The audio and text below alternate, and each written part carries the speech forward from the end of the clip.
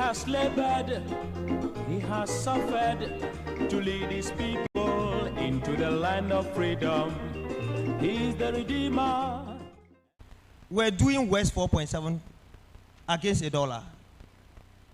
Dr. Mahmoud Bawumia and Nana Akufo-Addo now are doing 12.8 to $1 today. So even if we are going to campaign on the dollar to CD depreciation, John Dramani Mahama did much better. In one of the videos in circulation, Nana Akufo-Addo held a ball of kenkey, raised it in front of electors, and asked them why they will buy a ball of kenkey for 1 Ghana cedis. Go around in Tamale. No food vendor sells kenkey for even 3 Ghana cedis. If you want to eat better kenkey, a bigger one to satisfy yourself, 1 ball is 5 Ghana cedis. The man who promised to reduce the price of kenkey today is doing worse than His Excellency John Dramani Mahama. You come back to corruption. You will count and even get tired. Use Pius as an example. If you can't fight corruption within your own government, you can't even fight your opponents. Pius, a deputy minister of state, of sports specifically, sent over 100 journalists to Australia for a tournament. They provided tax for them. They paid all of them per diem. And when immigration did a proper assessment of all these 150 people, none of them was proven to be a journalist. Pius is still working under this government, and even because of the lack of respect for the good people of Ghana, wanting to go to parliament to represent which people. Again, Charles Bissiu, who is working at the Flagstaff House, was caught under camera by Anas Armia Anas, someone who cannot be sure about his life in Ghana, because anytime at all you come with an expose, the government will find his apparatchiks or foot soldiers to threaten your life. And your colleague Manasseh Azure, at a point in time, had to leave the shores of Ghana just for the safety of his life. Bissiu was caught under camera receiving huge sums of money from galamseyers and giving clearance to go and do galamsey in our forest. Professor Frenfon Boatin today, SENA, who was the Lands and Environment Minister, came out with a report where he stated that as a minister, he wrote a letter banning small-scale mining in forests in Ghana. And the late Sir John, who was the CEO for Forestry Department, as at the time he was banning it, he was writing letters, giving clearance for people to go and do galamsey in our forest. Bawumia is coming to face us, and we are going to be asking questions as his call sheet with his boss, as against the performance of His Excellency John Dramani Mahama. You know, under us, we did 250 billion of loans. These people have done more than 600 billion of loans. But even in Northern Region alone, we have a Tamale International Airport to brag with. In Tamale alone, we have a phase 1 and phase 2 of Tamale Teaching Hospital, which increased our bed capacity to 800. In Northern Region, we have the Eastern Corridor Road to brag with. In Northern Region, when you are going to Yendi, you stop at Miang, you have an E-block. You go to the Boeman Kargo, you have an E-block. You have development littered all over in Northern Region. Ask the MPP1 project they have brought out of the over 600 billion loans they have accrued into our public debt. Now, SENA, before they came to power, you know the Ghana-Dubai, the circle interchange. We commissioned that before we went into opposition. They said they were going to do a similar one in Tamale. When they came with the architectural design at the Jubilee Park, the chiefs, our revered chiefs, were there. I was there also. And they promised the good people of Tamale a similar one to that of the circle interchange. You can go and see the bridge they have left for us. And even with that, they promised they were going to use Hydro, exchanging our bauxite to make money to do it. But you know, when IMF came to look at our debts, they said we should add that because Hydro hasn't even given us 1 peswa to land before you come in. Okay. Mr. Karim, my dear friend and colleague, his hometown is Yendi. his hometown. They don't even have potable water to drink. His Excellency Nana Akufo-Addo came to Northern Region, went to Yendi, stood at a school which was established by Jerry Rawlings and given a boarding facility by Professor Mills, and promised them of potable drinking water. Yendi. And the reservoir was supposed to be situated at Ngani. He gave timelines.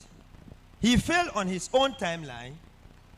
Dr. Mahmoud Bawumia came and reiterated the timelines. They failed again. And you know the excuse they are now giving? SENA, they have reduced their politics. Okay. And now saying that the spirits of Ngani are not allowing them to give them the reservoir. When they put a pickaxe on the ground, water will not come out. This is so interesting. Now, and I can tell you, when Mr. Karim gets the opportunity, he should tell us, 99% of roads given to the good people of Yendi was given to them by the NDC government.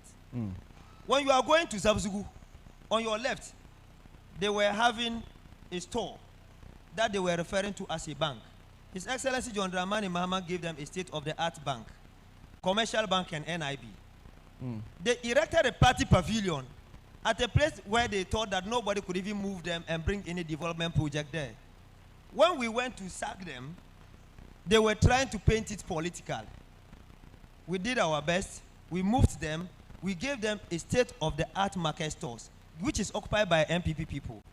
These are the projects that we did with the loans that we accrued. Dr. Mahmoud, but when we ask questions, finally, do you know what? He promised the king, Dr. Mahmoud Bawumia. He stood in front of the king of Dagbon and promised him an airstrip.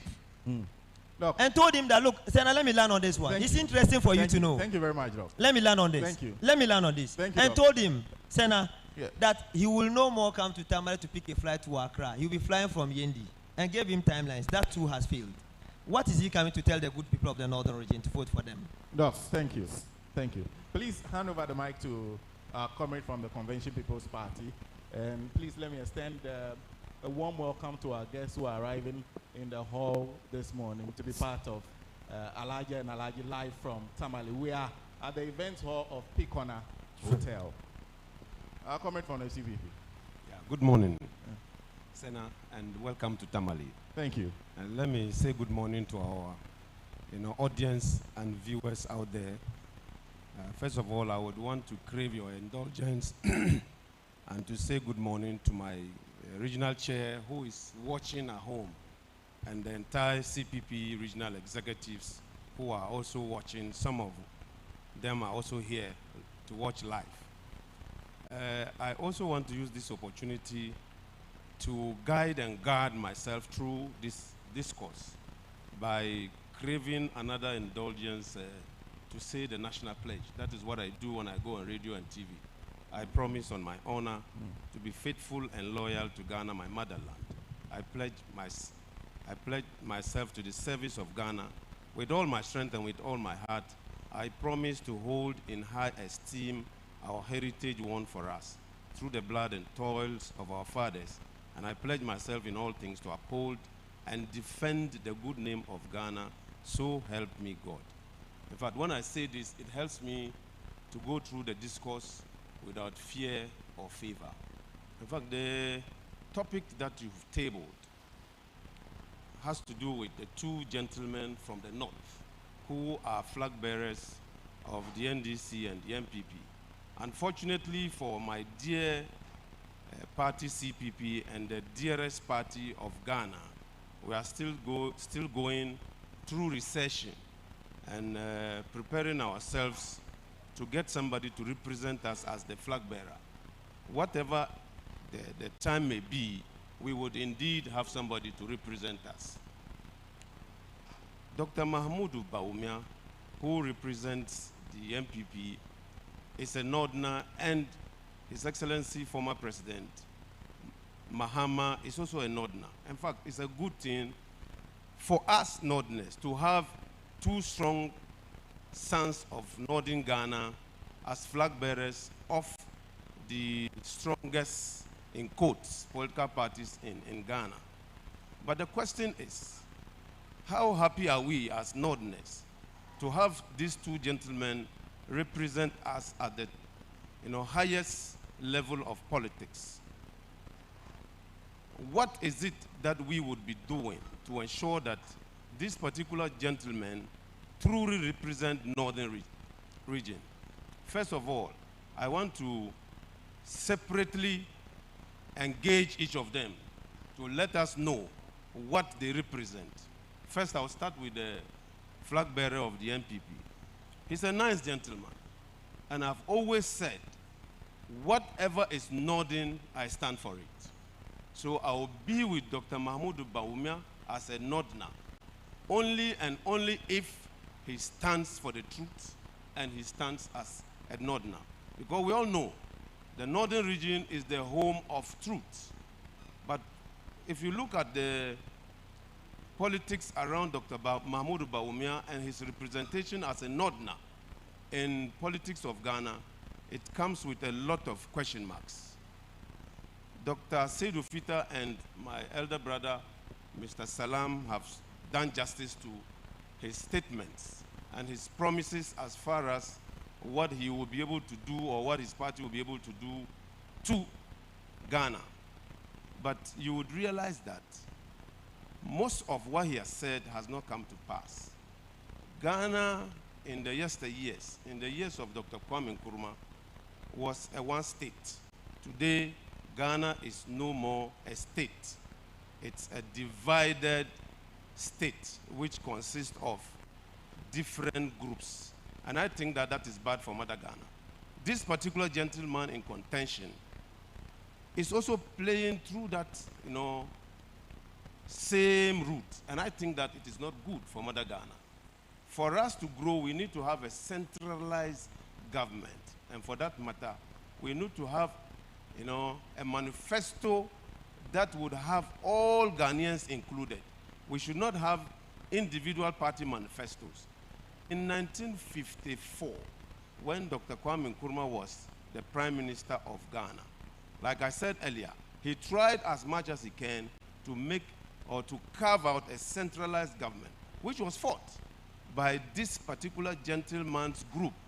They fought it through the formation of a group known as the NML, NLM, National Liberation Movement, which was seeking to say that for Ghana to be centralized, every citizen of this country would have to enjoy from the natural resources that Ghana has given, God has given Ghana. So they thought that it was not prudent for us as Northerners to also enjoy, say, the gold that is elsewhere in some part of Ghana. So I think that was bad, and we needed at this particular moment to have people who will stand like Dr. Kwame Nkrumah to fight for Ghana. Okay. But looking at Dr. Mahmoud Bawumia, I don't see that in him. Please, you have a minute to wrap up for me. Now, let me jump onto Comrade, former President Mahama. He has represented this country before. He has played his role as far as developing the nation is concerned. And I wonder why we would still want to have such a person or a personality to represent us in the top hierarchy of this nation.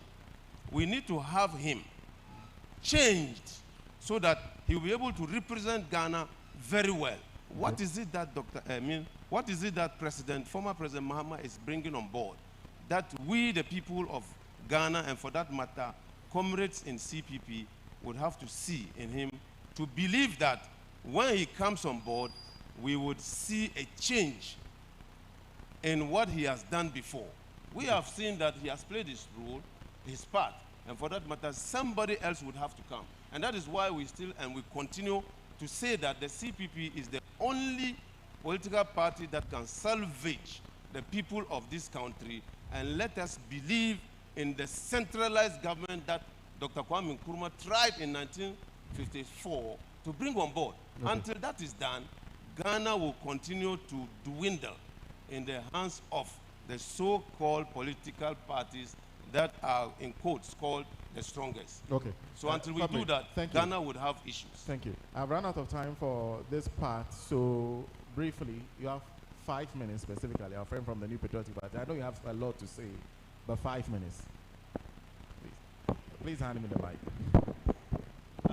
First of all, let me say good morning to you and good morning to the listenership and the viewers of ALHAJI and ALHAJI.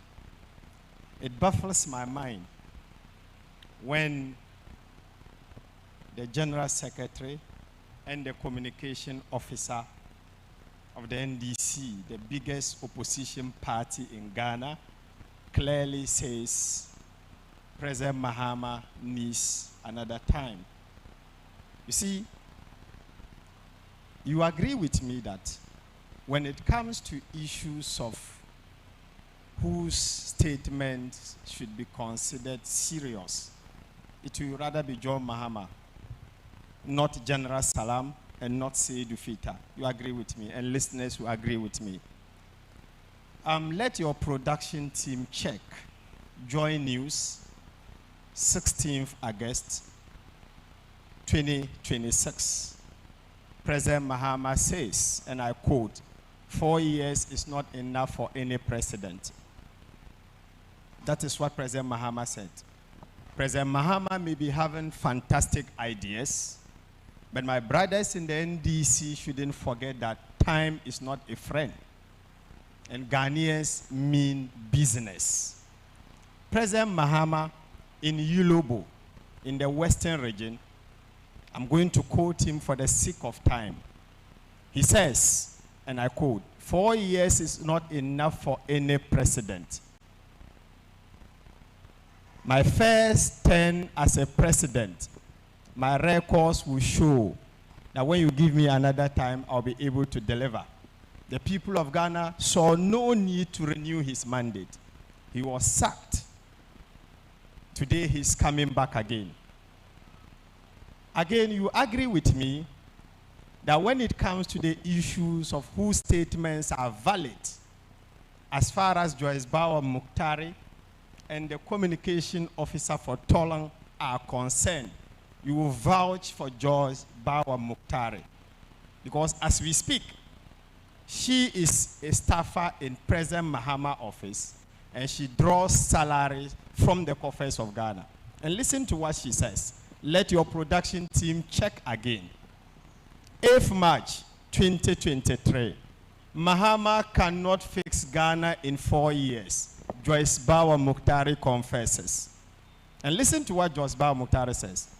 A special aide and a cousin to the former President John Dramani Mahama, Joyce Bauer Muktari, confesses that Mr. Mahama has no business seeking re-election because 4 years wouldn't be enough for him to repair the broken economy.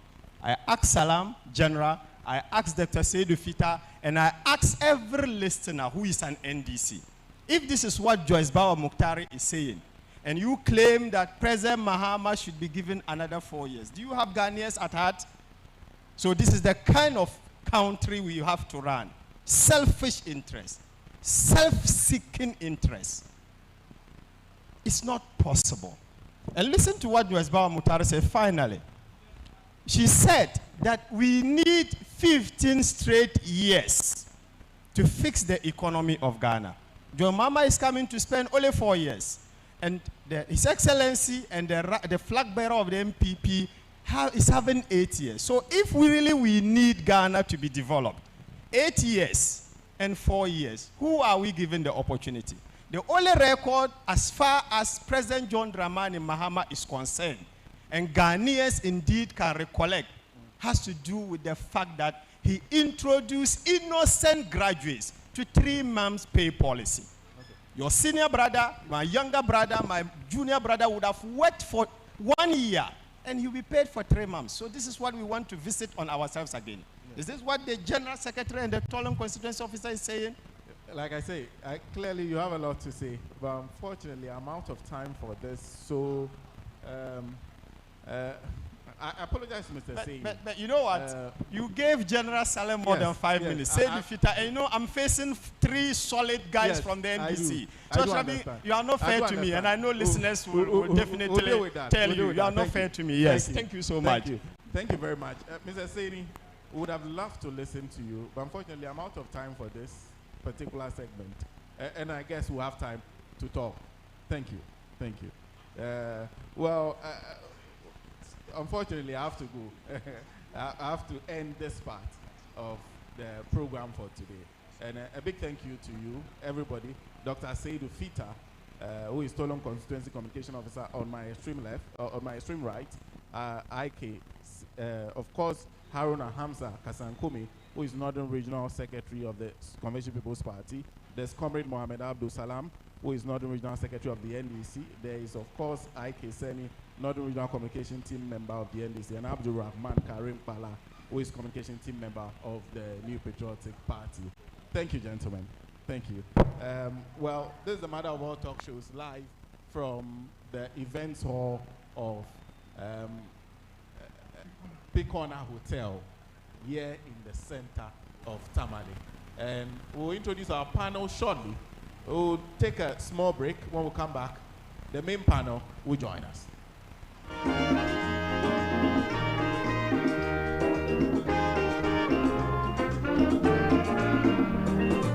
He has labored.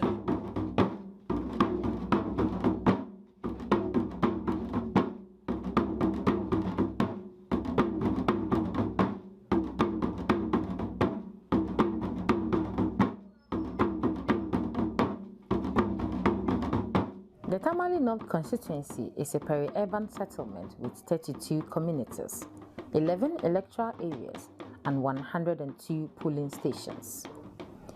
It shares boundaries with Sanergu, Tamale Central, Tamale South, and Nantong constituencies.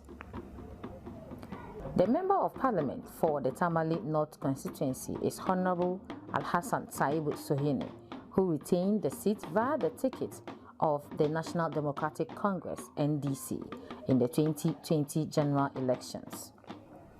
As a Ghanaian parliamentarian, Honorable Alhassan Saibu Sohini polled the 2020 presidential elections by 68.69% for the presidential, whilst winning the parliamentary seats by 64.7%.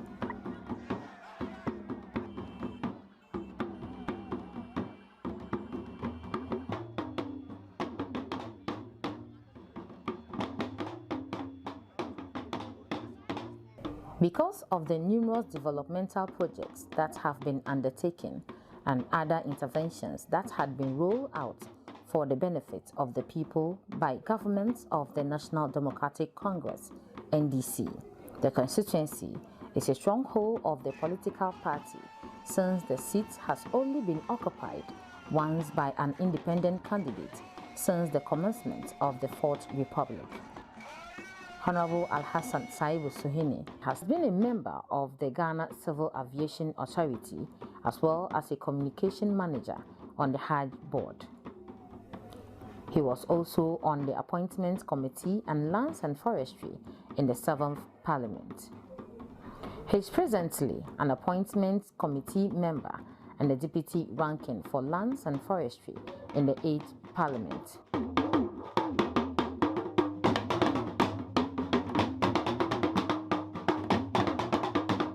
Like many constituencies across the country, Tamale North has seen some semblance of development.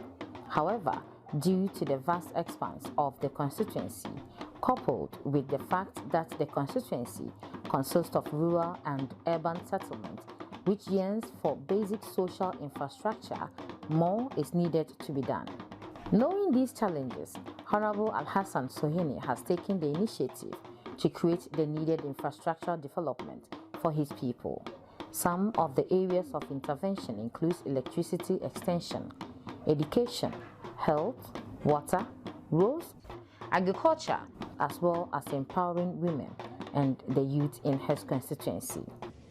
Minister for Energy, what is currently withholding the completion of rural electrification projects under SHEP 5 in the following communities: Nyanshago, Wovo Guma, Kalpohene Rural, and Kamble Paumo. Thank you, Mr. Speaker. As a Ghanaian parliamentarian, his role is to regularly speak either in support of or in opposition to a piece of legislation in Parliament. Member of Parliament may also address constituents' concerns during debates, ask questions of ministers during question time, and work to create or amend laws.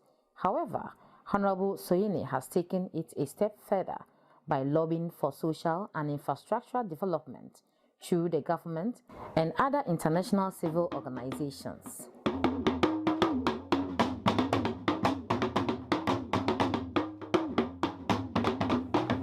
Being a peri-urban constituency, Tamale North still have some villages not connected to the national grid.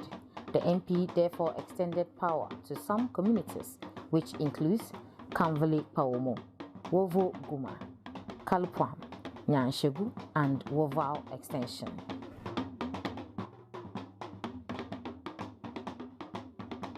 Since education is a bedrock on which a people's socio-economic development is hinged on, the Honorable MP has left no stone unturned in empowering educational institutions as well as students in his constituency with logistics and learning materials respectively.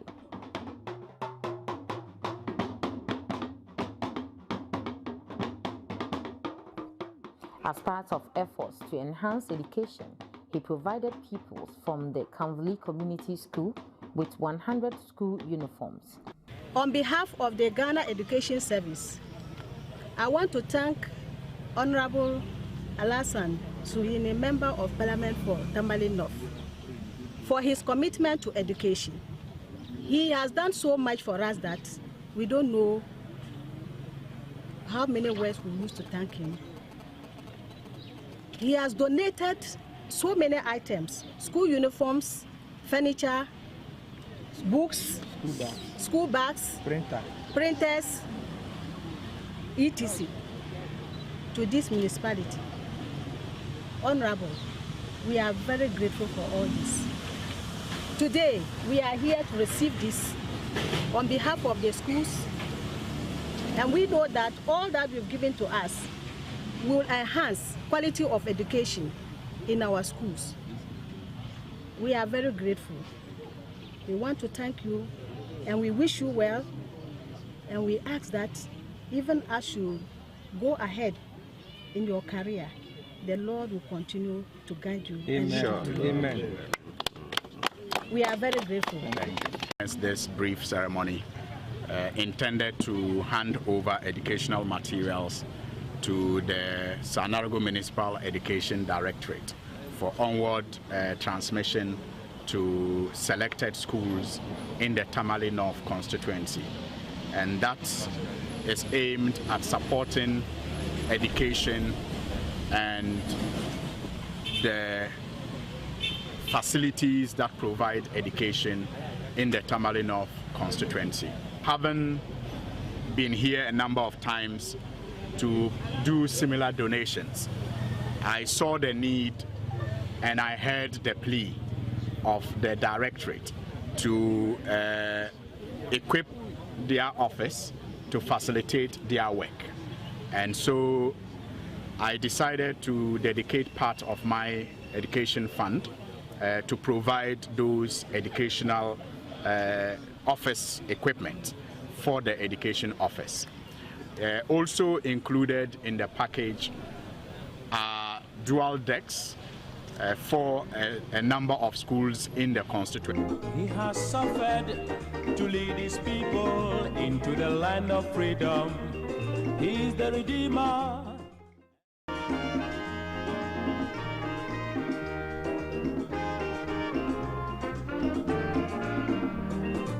He has labored, he has suffered to lead his people into the land of freedom. He is the Redeemer.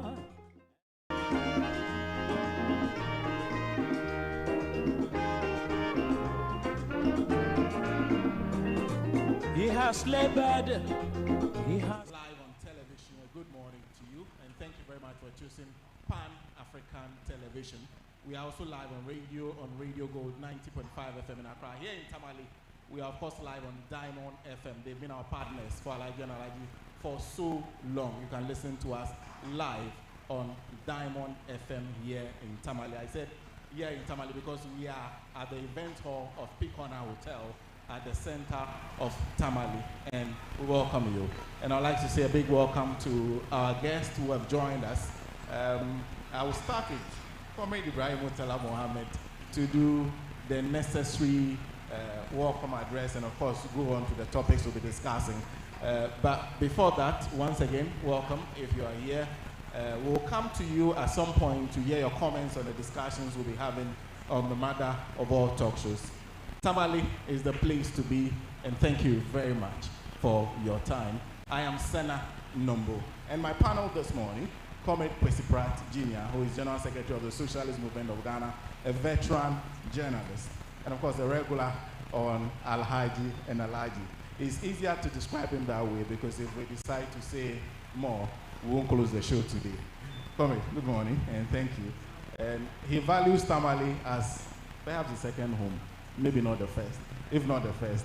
And then, yes, thank you very much for reminding me of that, because he's duly ensconced as a chief here in Tamale. And sitting by him is Comrade Ibrahim Mutala Mohammed, who is Member of Parliament for Tamale Central. And our host this morning, I'll get to our other host, and there is Solomon Owusu, who is a member of the Afapanto movement. He goes with us wherever we go, and it's always fantastic to have him on the panel. So thank you very much for that. Yeah. And then once again, I feel like handing over the mic to him to do the rest. Honorable Alassane Sirini, who is Member of Parliament for Tamale North. Alassane. Yeah. And then Joyce Bawa Muktari, Esquire. She is an aide to former President John Dramani Mahama. And that's our panel for today. And I guess when we were coming, you heard that somebody had a lot to say about some things you've said. If you didn't listen, well, nice you joined.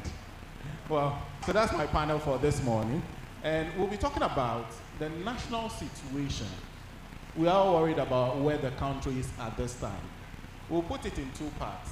Of course, everybody wants to talk about the economy, but before that, there's also the political situation. What happened to the national economies as a result of politics? So we'll be talking about the national situation in two parts. First, a look ahead to the political situation currently and what will happen in 2024 elections, and then the national economy as it is currently. And if our guests, if our panel would like, they can perhaps predict what they believe will happen in 2024 to this economy as we see it. And then we'll talk about the West Africa situation. Because this year was the year when ECOWAS said they were going to enter into Niger, because there was a coup in Niger, and somehow Ghana backed that decision. So we'll talk about West Africa in general and where we find the sub-region, and then we'll conclude with the genocide that is happening right in Gaza, with the invasion of Gaza, not only Gaza, the entire Palestinian territory by Israel. A worrying situation that we've been discussing for some time on ALHAJI and ALHAJI, that even led to a major march here in Tamale that many of you took part in. And so those are the issues we'll be discussing this morning. Like I indicated, I'll start with Comrade Ibrahim Mutala Mohammed. Comrade. Thank you very much, SENA. And let me say good morning to you, good morning to Senior Comrade Kwesi Pratt, good morning to my brother in the Butterfly Fraternity, and good morning to my brother, Honorable Alassane Sirini, and my auntie who doesn't ask of me, Honorable Joyce Bawa. And of course, most importantly, before I begin to comment, I want to take the opportunity to introduce to you and also the viewing public the distinguished personalities who are here and seated to observe ALHAJI and ALHAJI live in Tamale. And the chiefs are many, and distinguished individuals are also many.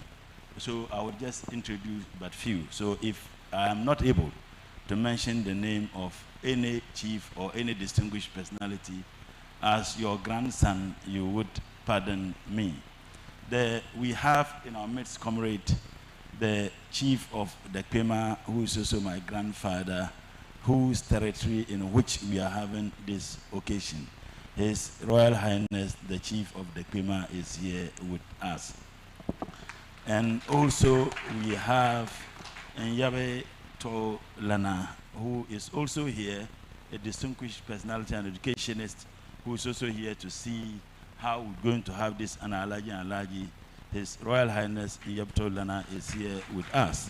And also Nyabe Sanargo Kukona, a distinguished personality who are also ardent listeners of ALHAJI, who is here with us, and many other chiefs. Of course, I cannot indeed go with this introduction without mentioning my father, a very distinguished person in Tamale. I don't know what I would describe him as, an Islamic scholar or a philanthropist, Alhaji Abdullah, and he's also here with us, and many other distinguished personalities. So if I'm not able to mention any name, pardon me, maybe in the course of the program, we will introduce other dignitaries who are here.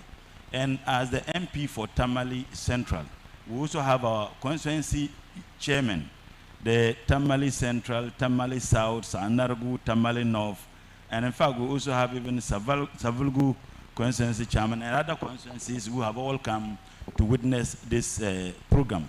We have our women organizers and many other people who necessarily are not aligned to any political party, who are also religiously, listening to ALHAJI from Radio Gold to Pan-Africa TV and the media.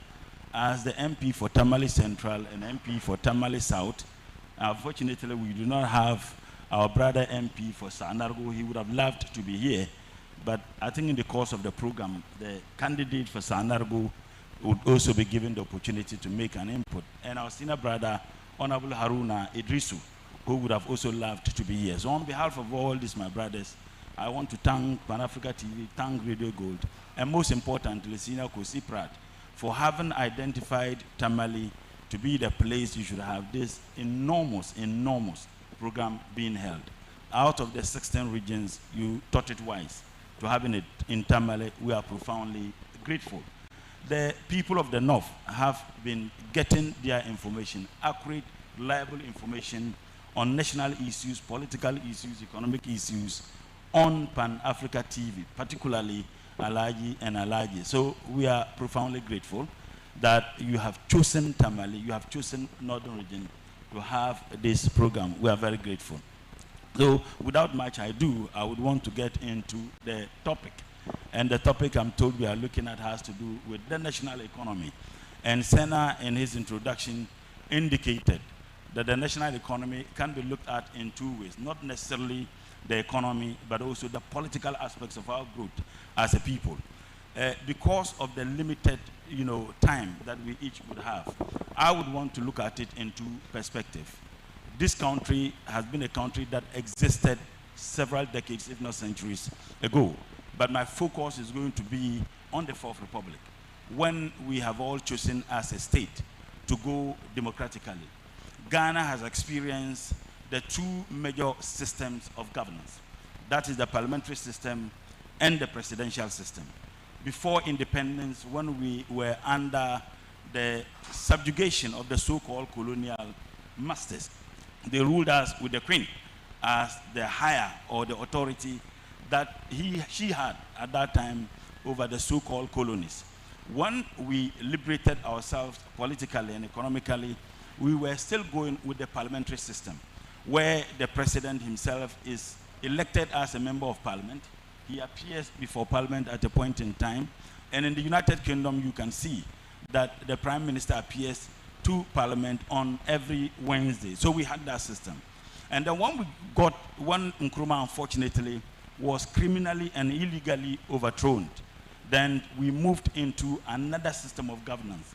And with the parliamentary system, Second Republic, we decided to go through the presidential system. So we have tried both systems. But in 1992, we collectively agreed that because of the defects or the limitations we have experienced, in both the parliamentary system and the presidential system, we decided to come out with a hybrid system. That is the combination of both the parliamentary system and the presidential system. The hybridity of the system indeed comes with some conditions. And Pandis will tell you that we have some challenges with regards to our democracy because of how the constitution was carved. Few countries have indeed practiced this system. Now, whatever the case is, haven't practiced the two systems and haven't considered the limitations of each and haven't agreed that we must come with a combined system of governance. We have practiced this at least over 30 years now. The first time we had elections was in 1992, 1996, 2000, 2004, 2008, 2012, 2016, 2020. That was the last we have. The next one we'll be looking at is the 2024 elections, which is part of the topic we are looking at today. Now, what is significant is not just to lead, but every government comes with a policy. And that policy is certainly or ought to be anchored on the ideological position of the party which is given the authority to govern. The 1992 Constitution says, among others, in fact, if you look at the preamble, and my auntie, who is a lawyer, will tell you that the preamble says, among others, that the authority that is given to the president is just a vested authority. He or she exercises that authority for and on behalf of the people. So it means that if you are elected as a president, the authority with which you govern, it is not authority that is created by you. It's authority that is given to you by the people who have given you the mandate to govern. Now, every political party, as ought to be, your policy decisions should be anchored on the ideological position of your party. And that is what happens in many democracies. I am a member of NDC. I believe in the social democratic principles. And therefore, everything the NDC does should be anchored on the social democratic principles of ideology. And social democratic simply, and if I want to put it in the simple terms, you ensure that there is social equity for everybody. It doesn't matter whether you are rich or poor. There should be equity and distribution of state resources. And the ultimate objective of every government is to improve the living conditions of your people.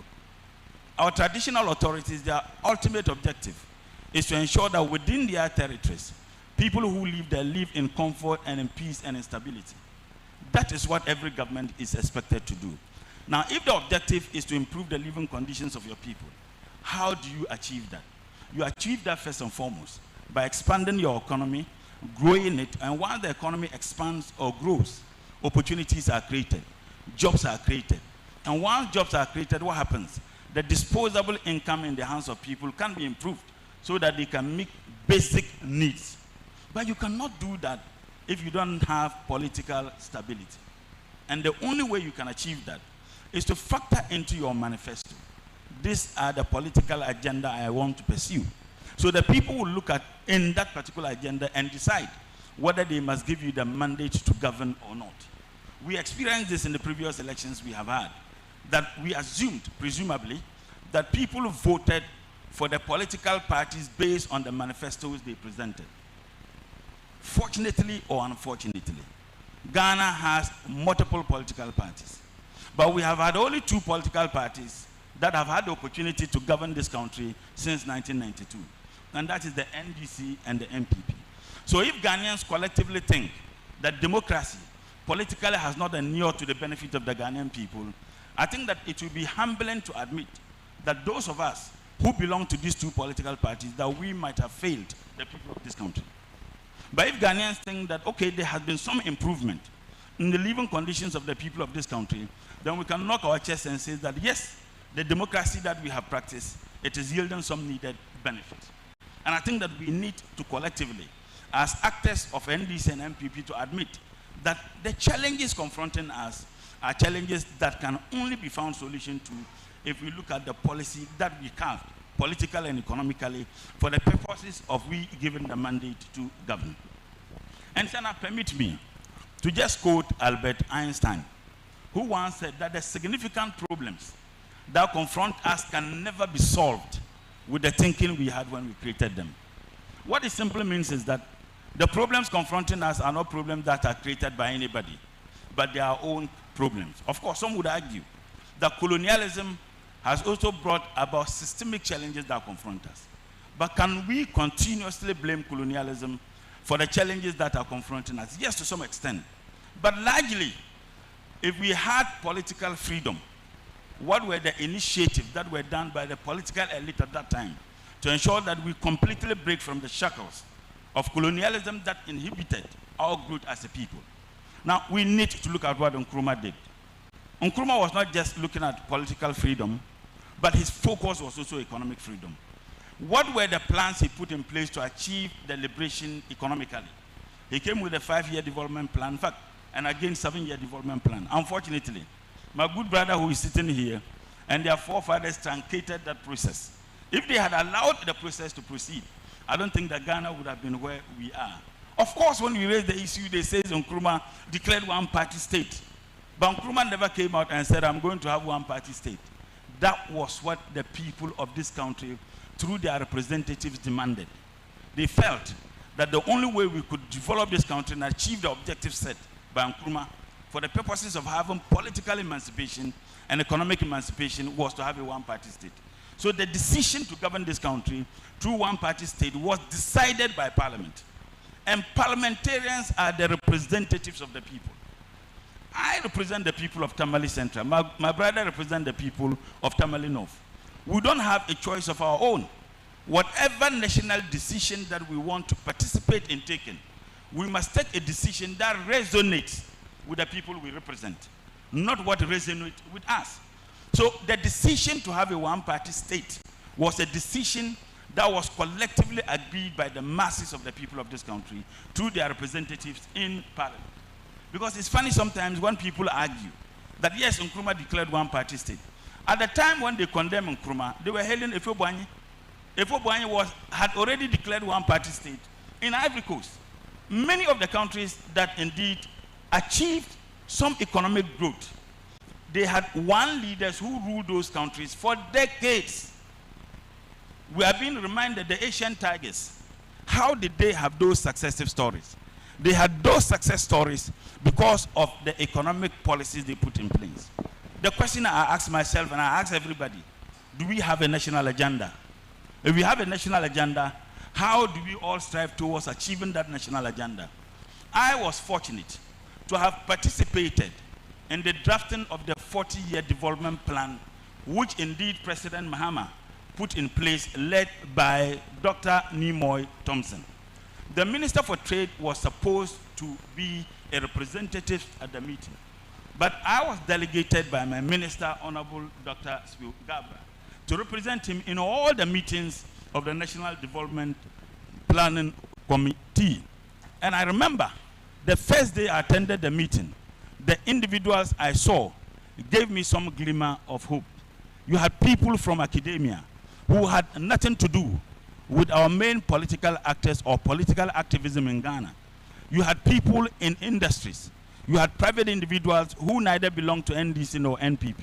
And in fact, you had leading members of NPP who participated in drafting the 40-year development plan. When this development plan was drafted, and unfortunately NDC lost the elections in 2016, I was seated at home watching TV, and that was in February 2017. Then President Nana Addo became the President of the Republic of Ghana.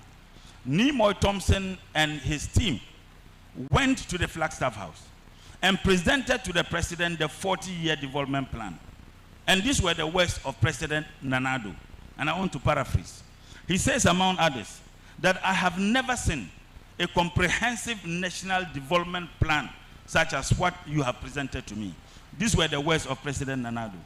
Unfortunately, and I want to believe, after they left the Flagstaff House, he looked around, saw the closest dustbin, and dumped the National Development Plan in that dustbin. Because the question is, if the President himself said that he had never seen a comprehensive national development plan such as the one which was presented to him, I shudder to think that the President would have read that National Development Plan, because they were leading members of MPP who participated. And I knew that a copy was sent to him before the official presentation was done. Now, if in the heart of the president, he believed in what President Mahama asked the National Development Plan Committee to do, I don't think that would have had any problem. What I can prefer, that what we need to do as members of the legislative arm, and I'm happy I'm here with my brother, Honorable Soyene, we have a moral duty and a responsibility to ensure that we enact the needed laws that will compel political parties to craft their manifestos based on that which is captured in that 40-year National Development Plan. Because if you're able to do that, then there can be a way by which we can develop this country. If not, it will just be like a blind man, unfortunately, who is peddling a canoe in the middle of a sea or a river without having anybody to direct him or her. That is how we have been developing this country.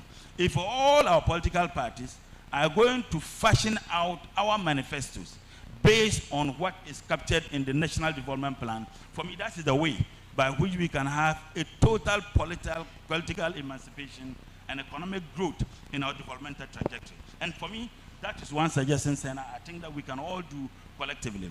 But the question is, the Fourth Republic. We have looked at the weaknesses, difficulties, and challenges we have experienced. We have 3 arms of government. And those 3 arms, including myself and my brother, and those of us, fortunately, who are in Parliament today, must also take responsibilities of the country's inability to be able to do some of the things we're expected to do. The 3 arms of government, which is made up of the executive, the legislature, and the judiciary, we have agreed to charter the path of democracy. So what it simply means, that never again should this country be ruled by a military dictatorship. Democracy comes with some conditions. And Professor Montesquieu, John Locke, and co., they propounded theories that talks about the separation of powers and the theories of checks and balances. Their focus and definition of the separation of powers simply means that these 3 arms, the executive, the legislature, and the judiciary, must have equal powers. And that equal powers must ensure what the conflict, especially if we say detente. The judiciary, which is made up of the judges, the police, and others. The legislature, which is made up of the members of parliament. And if you come to the local level, assemblymen, because we are practicing decentralization. And the executive, which is made up of the president and his ministers and appointees. That we must all have equal powers. Such that one should not have more powers than the other. And that is the only way we can develop.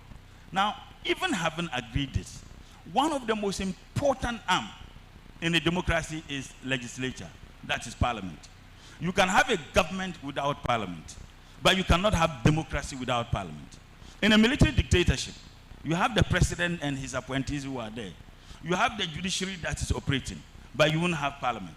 But when we agree to charter the path of democracy, parliament is sine qua non in achieving democratic growth and development. The question is, are we that independent? Have we demonstrated the level of independence? Are we been able to do that which is expected of us to ensure that this separation of powers that we have preached on time and again is achieved to its maximum, benefit? My question is, unfortunately and sadly, we haven't been able to do so. And we haven't been able to do so, one, through the weakness that we experience in Parliament, and most importantly, our democratic and constitutional architecture. The 1992 Constitution says that the President must appoint at least 50% of his ministers from Parliament.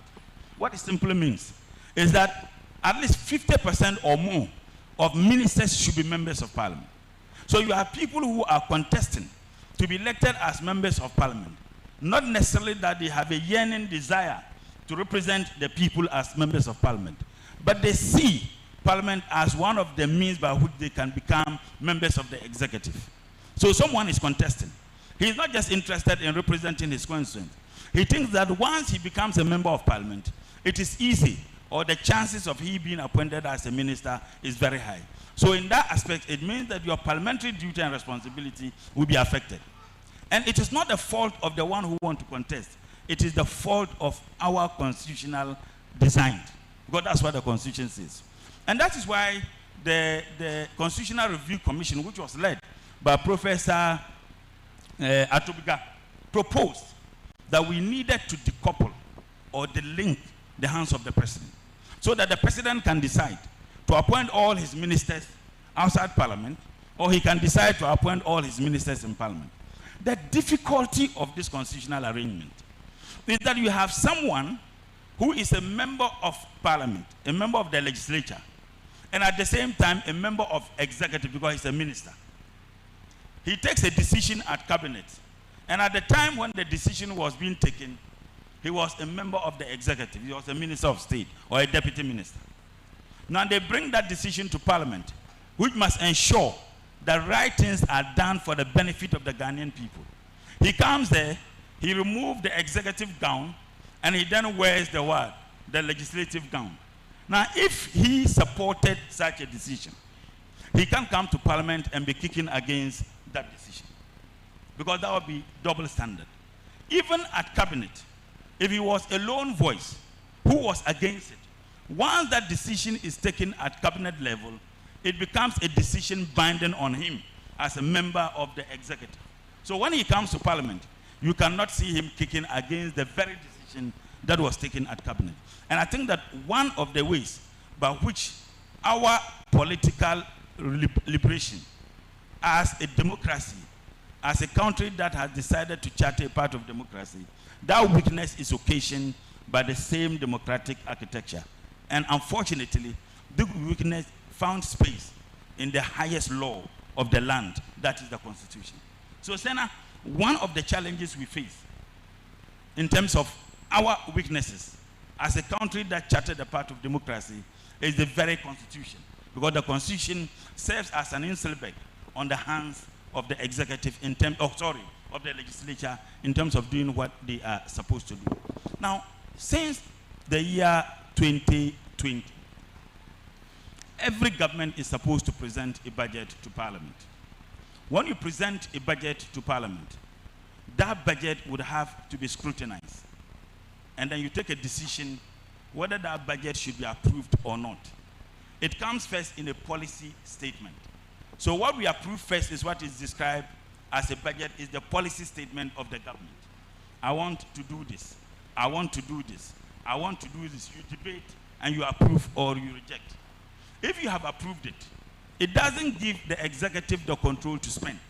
You must approve that which is called appropriation, so that each ministry and agency would then present A, B, C, D they want to do. Now, they don't just present the estimates of the ministries and agencies. What they present first is the expenditure return.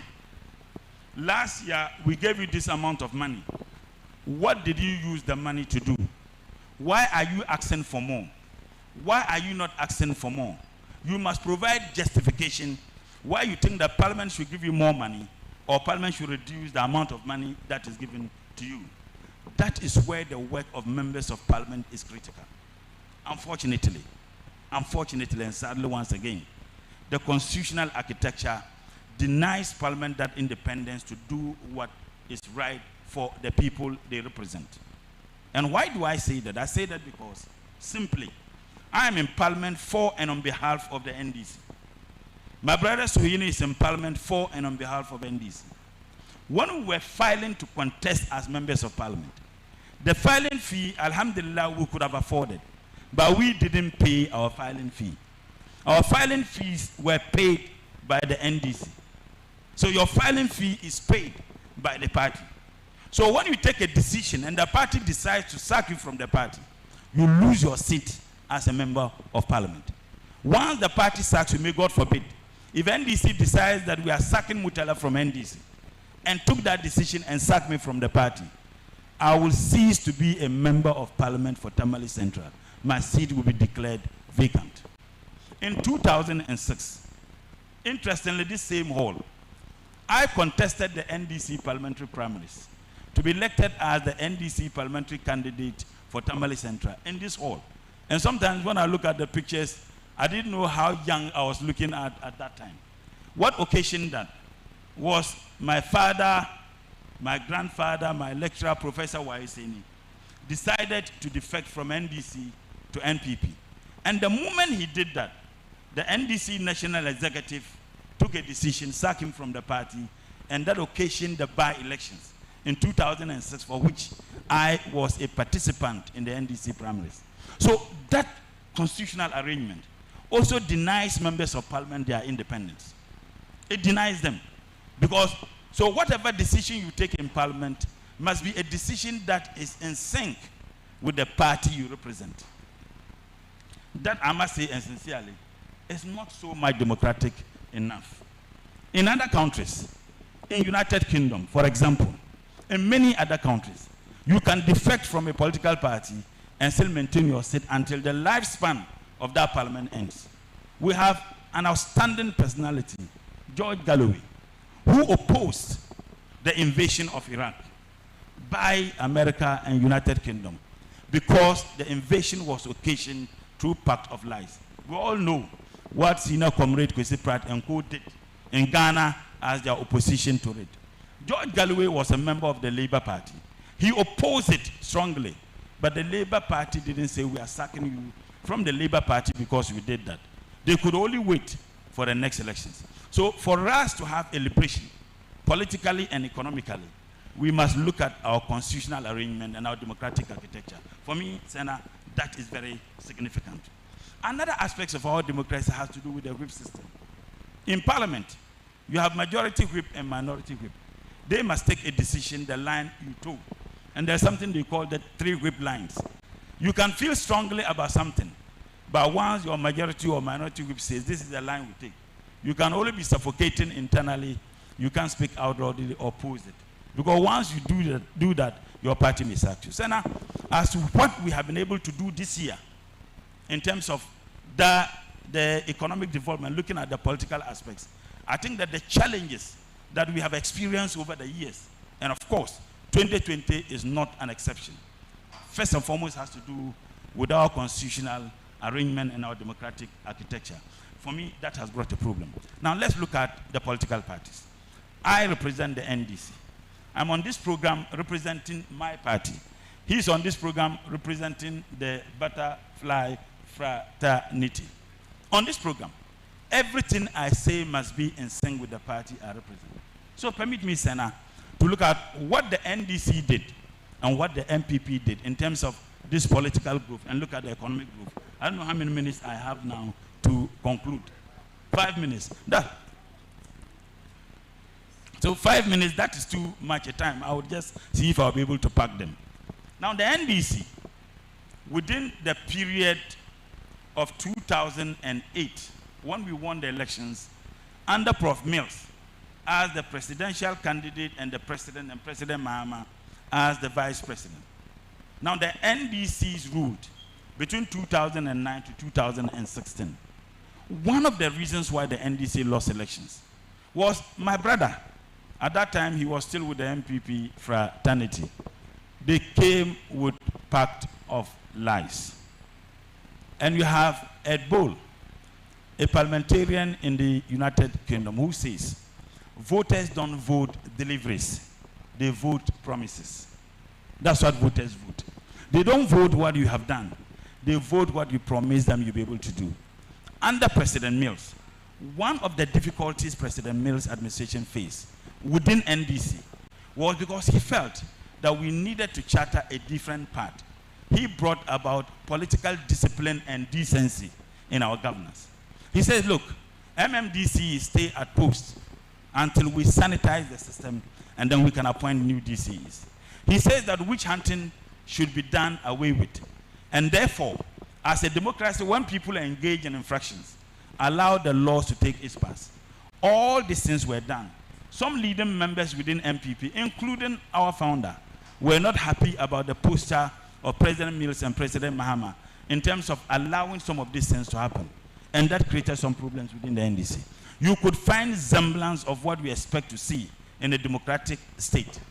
Unfortunately, the moment President Nana Addo won the elections in 2016, they started the barbarism, political barbarism, the hooliganism, the attacks.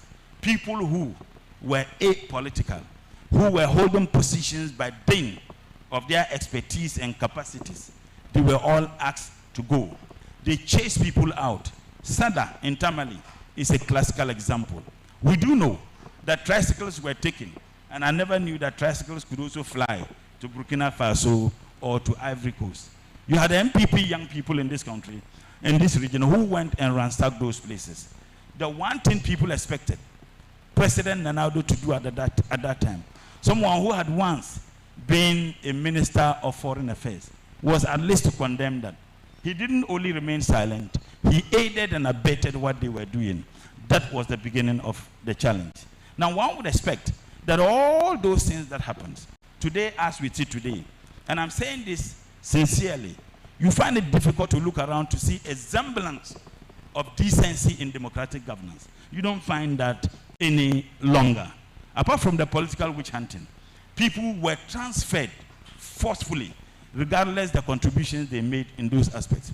One of the reasons, and some of the lies that your party, including my good brother, what you guys peddled, you said President Mahama had appointed family and friends, and I'm happy. My auntie Joyce Bauer is here. I call her my auntie because of my mother. Joyce Bauer was the only family member who worked in President Mahama's administration, and that is the niece. Now, this wouldn't have been an issue. President Nana-Addo in February 2016 in Kumasi stated that he was not going to run family and friends government. And the only point of reference was Honorable Joyce Bauer, who was a lawyer in practice 18 years before she was appointed a deputy minister. Now, what did we see under this administration in the first term? President Nana-Addo appointed all manner of family members, including the daughter. Now today, I told my friend on a program before that the only way you can get appointment in MPP if you swear affidavit and add Ofuriata to your name. I was considering adding Ofuriata to my name, Ibrahim Murtala Muhammad Ofuriata. The moment you add Ofuriata to your name, you can get any contract, you can get any appointment in this government. One of the reasons why some of them were insulated from the booty that is being grabbed left, right, and center was because they didn't have Ofuriata in their names. And you know my senior brother, Dr. Baumia, he was the one who peddled some of this falsehood using the media. Central University College made their auditorium available to Dr. Baumia to peddle those falsehood, those voodoo economics every day. Every single accusation made against President Mahama has come to hound them. And then I'll conclude on the economic trajectory, just briefly in 2 minutes. One of the reasons and why Ghanaians believed, they said we had escalated inflation, the economy was run agog, we were engaged in corruption, President Mahama and the wife have hotels in Dubai, all manner of stories were peddled. As we see today, they haven't even seen a receptionist of a hotel owned by President Mahama in Dubai. So it is clearly a lie. Dr. Opuni, a press conference was held. And that press conference was addressed by the former Minister for Agri, that Dr. Opuni had squandered $400 million money of Cocoa Board. Dr. Opuni is being prosecuted. $400 million has not been found in any of the reasons for which Dr. Opuni is being prosecuted. $400 million is so much money. Inflation, you took it from NDC at 15% today. Inflation is hovering around 70%. Debt to GDP was a little over 60% under the NDC. Today, debt to GDP, it went to even 104%, and it has indeed come down to somewhere around 70 to 80%. In fact, if you look at Ministry of Trade, a ministry that I had the privileged opportunity to be appointed by President Mahama to be a deputy minister. Under the Ministry of Trade, the NDC was spending a little over $500 million in the importation of rice and poultry products into this country. A little over $500 million. Within 6 years, this government, this incompetent and corrupt government, this government which disastrous economic management committee is headed by another incompetent liar, Dr. Baumia. You are spending over $2 billion in the importation of something that President Mahama was spending a little over $500 million to import into this country. As we see today, every aspect of the economy you have run it agog. Unemployment under the NDC was a little over 8%. You say President Mahama has messed up the economy. Today, unemployment is hovering. In fact, the census figures was around 17.4. Today, unemployment is hovering around 13%. The least said about youth unemployment, the better. So you have run down, this government has run down every aspect of this economy. Nothing could be beneficial than the 24-hour economy President Mahama is introducing against 2024. And SENA, just 30 seconds. The 24-hour economy, to be very honest, we have heard them argue that when you say 24-hour economy, what do you mean? A little boy growing up in Tamale, I knew fuel stations were run 24 hours. I knew that in this country, in this region, in Tamale, and thank God we're in Tamale, people could run their businesses 24 hours. The difference between the 24-hour economy that was selectively run by individuals and what President Mahama is proposing, the state, this is the first time we have a national policy towards having a 24-hour economy. Okay. One institutions that are already running 24 hours, if you go to MPS at Tema Harbor, once again, which is the baby of President Mahama, the yield, the productivity is so huge. You have a minister, a regional chairman of a party, who indeed tried to make our wives, our women, as sex objects, and said that he's going to deny us the opportunity to sleep with our women every day. Unfortunately, President Nanado didn't have the decency to condemn such xenophobic, such disastrous statement. The 24 hours is going to create the needed jobs. The 24 hours is going to provide job opportunities for young people who do not have jobs. And I'll conclude, SENA, by making reference to the NDC manifesto. If you read page 104 of the NDC 2020 manifesto, the 24 hours was proposed. Go and read the 40-year development plan of the NDC. The National Development Plan, the 40-year National Development Plan, which I was an active participant. The NDC had already, through the National Development Plan, indeed proposed a 24-hour economy. I think it is very clear that the good people of this country will choose between what is being presented to them and what President Mahama presented to them. The 2024 elections are going to be campaigned based on facts, not propaganda. The certain is that all the political parties have chosen their candidates now, except CPP and other parties. But between these two political parties, the difference between the NDC candidate and the MPP candidate is one is honest, one is a pathological liar. The one can be a Muslim today, he'll be a Muslim in the morning, be a Christian at noon, be a Jew in the evening, be a Zoroastrian at midnight, be a Buddhist at dawn. He must take his position. This country is a secular state, and the NDC has demonstrated it doesn't matter where you are coming from. It doesn't matter your religious persuasion. What is important is that you belong to that which posterity will judge, and that is the reason why the difference between the NDC and the MPP is like daylight and deep dark night. So the people of this country, and I urge you, that support the NDC, the MPP people themselves are crying. Everybody is crying. And I thank you so much. And once again, I need to thank Pan-Africa TV and Comrade Kwesi Pratt for bringing this home. This is the home of Pan-Africa TV and Radio Gold. This is the home of ALHAJI and ALHAJI. Thank you so much. And thank you for giving me that little much time. I appreciate it. Thank you. Thank you. Please pass on the mic to Honorable Alassane Suhuyini, our other host. Of course, if you just join us, the Mother of All Talk Shows, ALHAJI and ALHAJI. We're talking about the national situation from two perspectives, the political situation and the national economy. Comrade took us on quite a journey. That's what he does. He usually takes you through a journey from history to economics, through politics. When he's done, you learn something new. Right. SENA, thank you very much for the opportunity, and let me welcome you and the crew of Pan-African TV and ALHAJI to the capital of the northern region, the beautiful city, the energetic, enthusiastic city of Tamale. It's our pleasure to host ALHAJI and ALHAJI today. And let me make a passionate appeal to our young men and women out there, especially those who may be watching or listening to us in town, to make the effort to come to the Pekona Gardens, where they can have the opportunity to witness this happen live. I mean, there's nothing like having that live interaction. I can imagine the sort of inspiration one gets meeting people you have always listened to or watched on TV for the first time. And so it is an opportunity that should not be missed by any young man or young lady out there who is listening to us and is within the presence of Tamale. It's happening live now at the Pekona Gardens, and it will be great to interact with you all when you come, even after this show.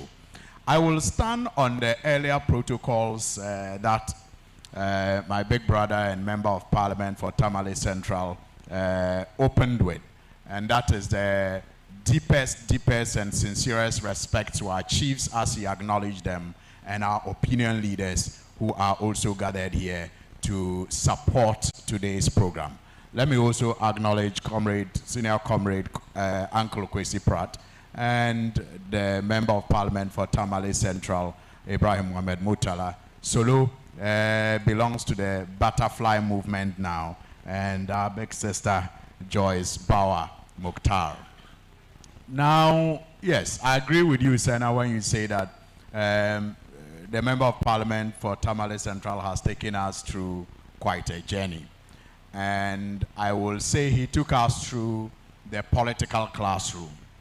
And in order not to go through a revision of the notes that he delivered, I will take us to the political platform. So from the political classroom, it is important that we go to the political platform. Now, I am also a trained teacher. So I know that you teach from L1 to L2. Those of you who didn't go to training college, that's your wahala. You know what L1 to L2 means. But yes, you need to teach from the knowledge that no brain is empty. I mean, any person you meet has some level of knowledge. So when you are going to teach a person, you have to identify what the person knows. And then you build upon what the person knows. So in teaching, we are taught L1 is language 1 and L2 is language 2. So that is why at our basic or kindergarten level, teachers are encouraged to teach with the local language, because the child would have come from the house with some understanding in local dialect. So you teach from that understanding. If you are going to teach a broom, you just don't start teaching him broom in English. You first of all understand how do they call broom at home. And then when you know what they call broom at home, you now can teach broom in English. So I'll take it from L1 to L2, from the classroom, political classroom, to the political platform. So what do we mean when we talk about the politics of a nation? Comrade Mutala has done a fantastic job on it. But let me just say that the basic document, political document of any state is its constitution. It's its constitution. Now, the constitution guarantees the separation of powers. That is where you have the legislature, you have the judiciary, and then you have the executive. Now, in the context of Ghana, we are faced with a very, very serious threat. Our political document, which is the Constitution, is about 30 years old today. We started this democratic experiment when we queued in a referendum to vote and to approve the 1992 Constitution. That ushered in the political election cycle. Now, this document created a number of institutions. And like I said, those institutions were to be checks on each other. I don't know how many of us have heard recently, or of late, very often, our young people begin to question if the democracy has served us any better. You come across young people who are no longer interested in the thing called politics. In fact, you meet students who graduate from the tertiary institutions and they don't even know who the Minister of Education is, because they don't want to care. And why? It's because they are consistently losing confidence in that democratic system. The danger, the more, is that they do not know how the alternative is. They are too young to know what the alternative is. But they are conscientized enough to begin to feel that the democracy is not yielding the desired dividends. I mean, I was born before the Fourth Republic, but I started perhaps understanding governance and community mobilization in the Fourth Republic. But at least I saw the semblance of military rule, even though I was not that mature, but I saw military rule. So when they talk of the effects and advantages, disadvantages of military rule, I can relate. But my younger brothers, my younger sisters, who are gradually losing confidence in the democracy, cannot relate to the alternative. And so for them, if we are not careful, they may just one day, very soon, choose to embrace that alternative. Because I can relate, and maybe my generation can relate to military rule, even as we criticize the democratic system for not delivering to its optimal level, we still are able to appreciate that it is better than the alternative. But they don't have that comparison because they didn't experience military rule.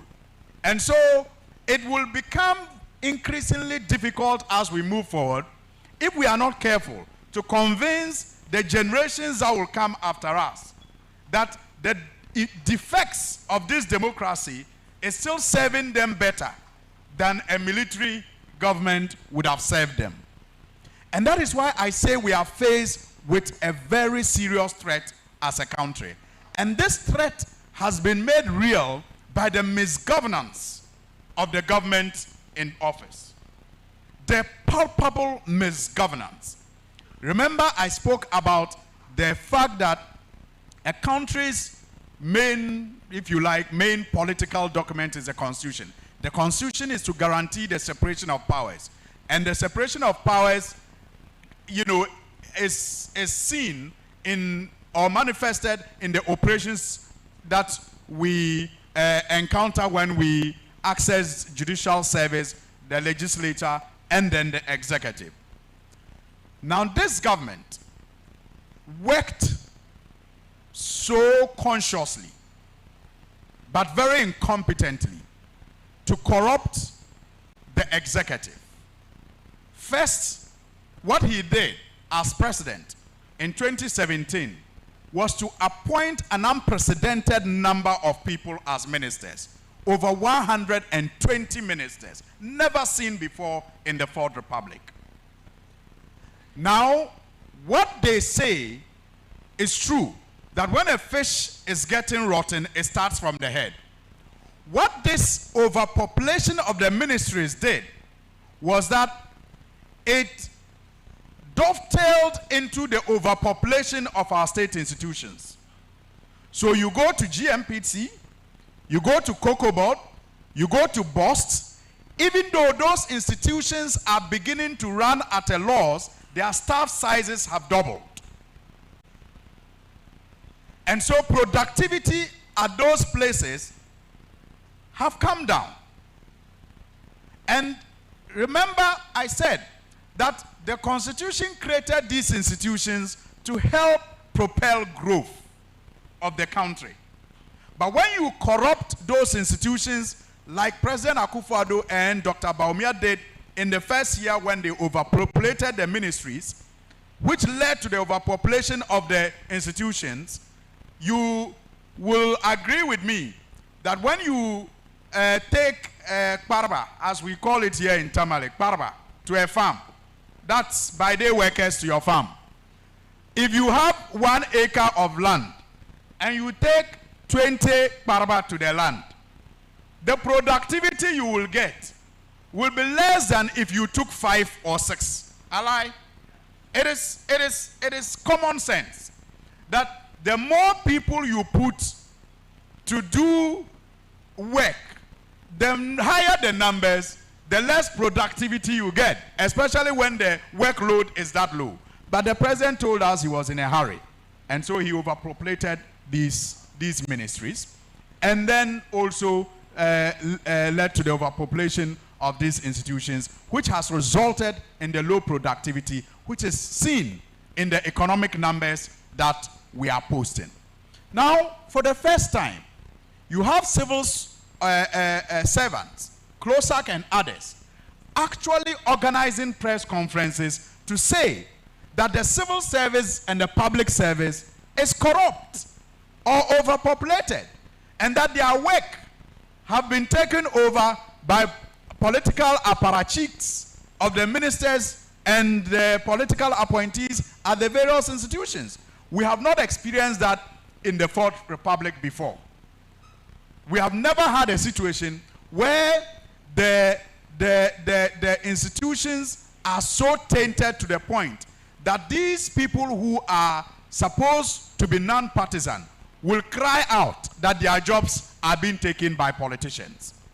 We've never seen it. In fact, worse is that you have a situation where the person who is responsible for paying you and I, the Controller and Accountant General, is now even allowed to run for a political office, and he's allowed to still be at post.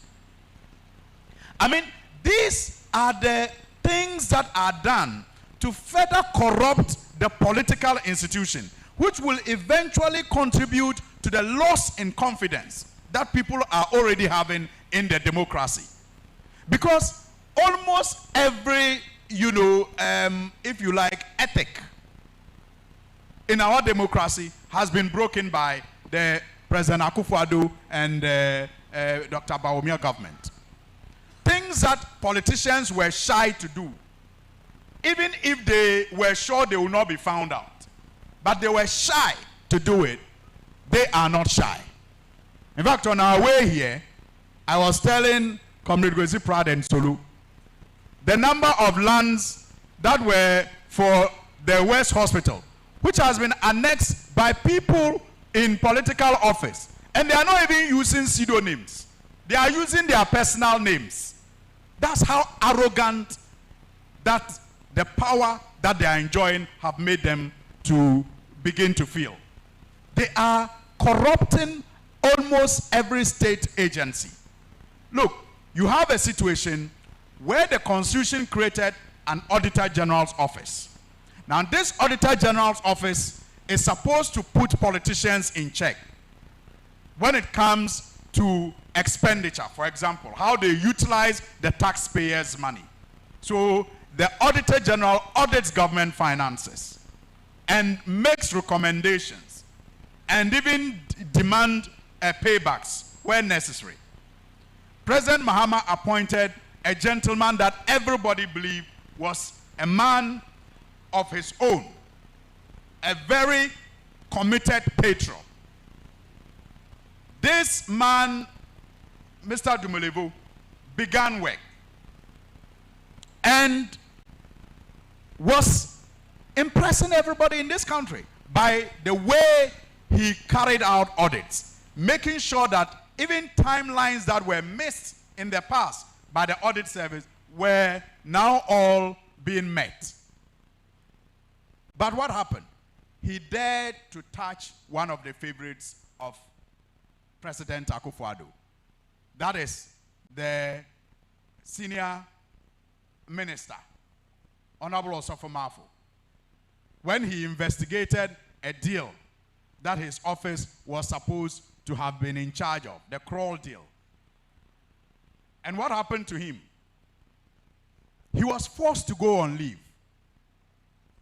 In fact, in a very, very arrogant manner. So that's why I'm saying that things that politicians were even shy to do, these people do it with a certain level of arrogance. If you look at the way Domolevo was sacked, it buttresses this point that I make. Only for the Supreme Court to belatedly come out to tell us that the president acted against the Constitution but has no consequences to suffer. That is how people begin to lose confidence in a democracy.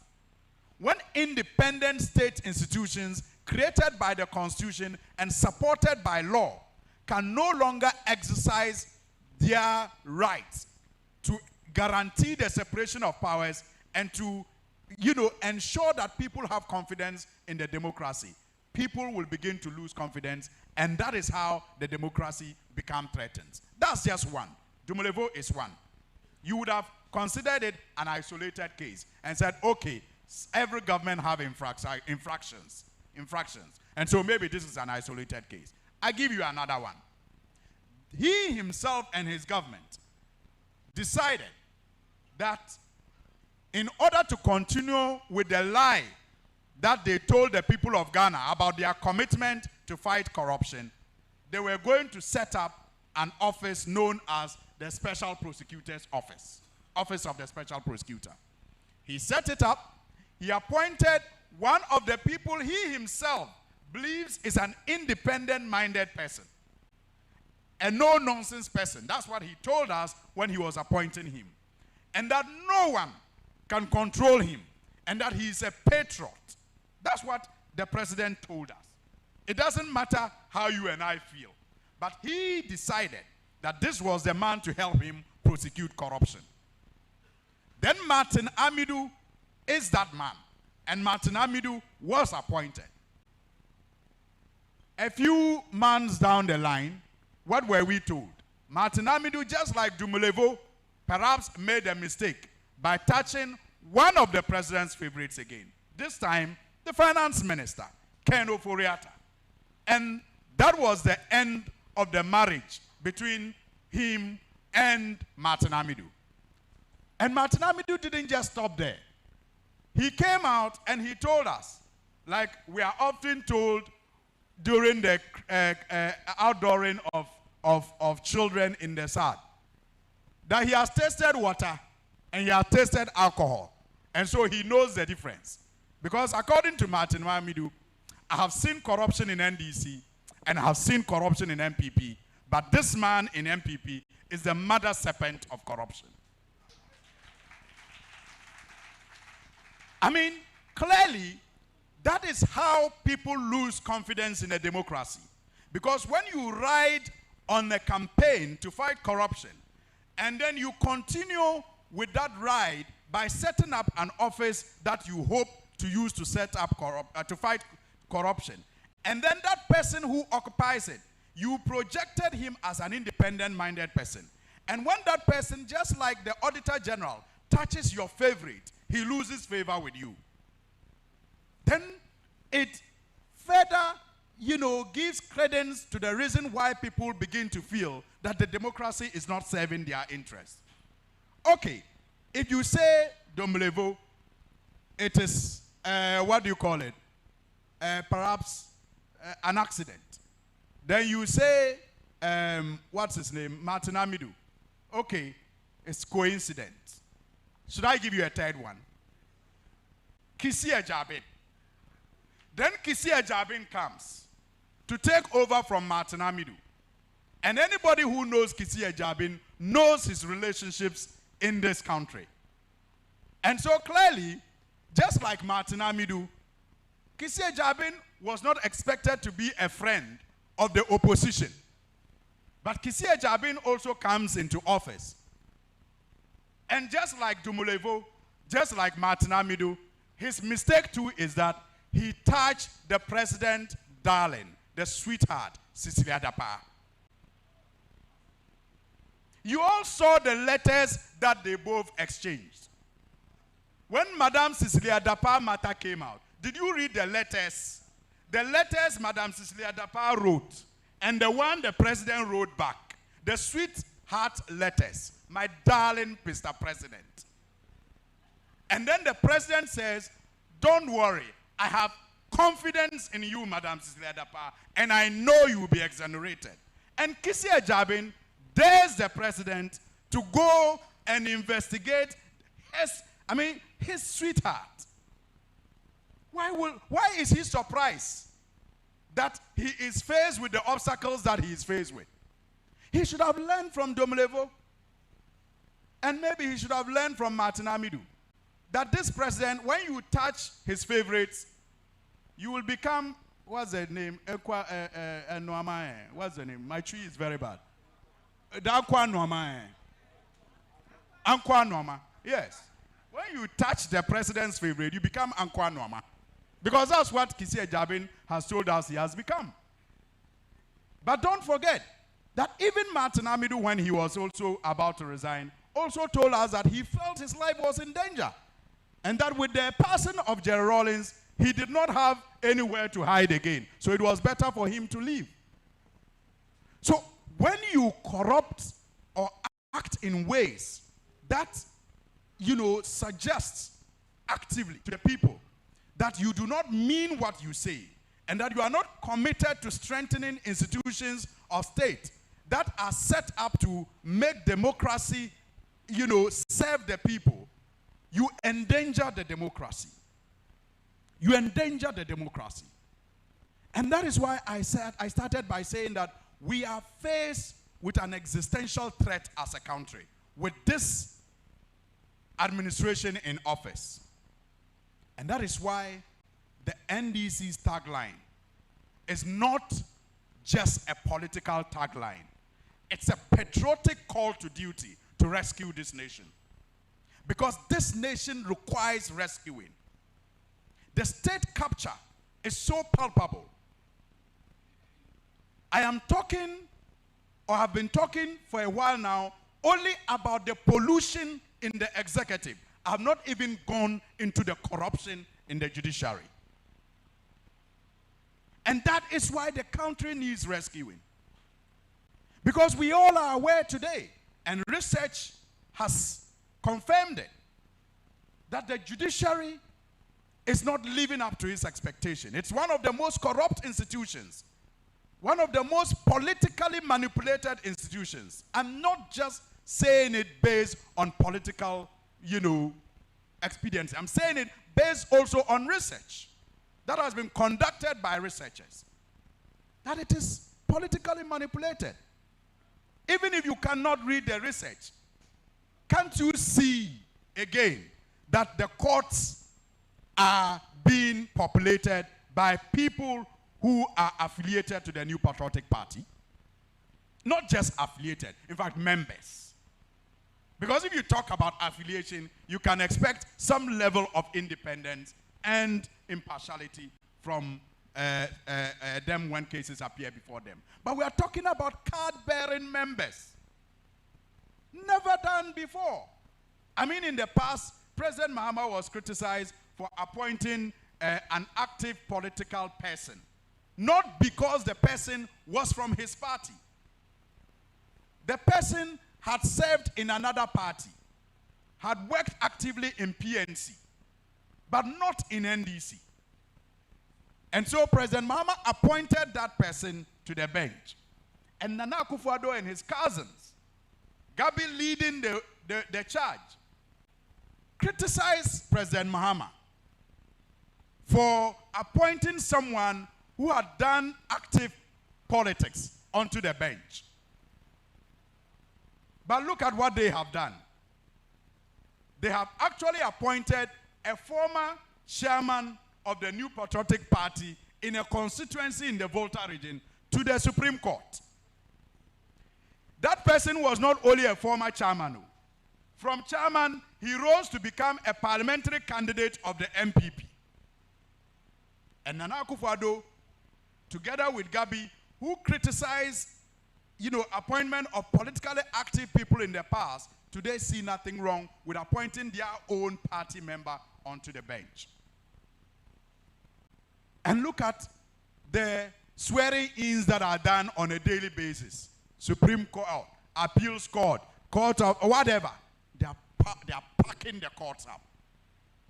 And maybe it's because they know what they have done. And they want to avoid accountability.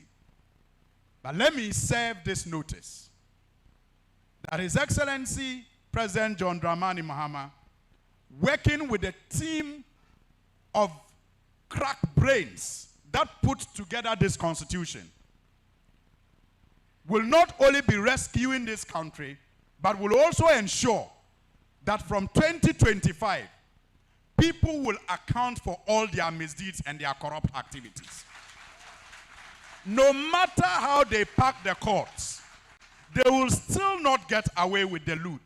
They will still not get away with the, destruction that has been caused by their misgovernance. That I can guarantee you. After all, why? The NDC crafted the Constitution. They put the Constitution together.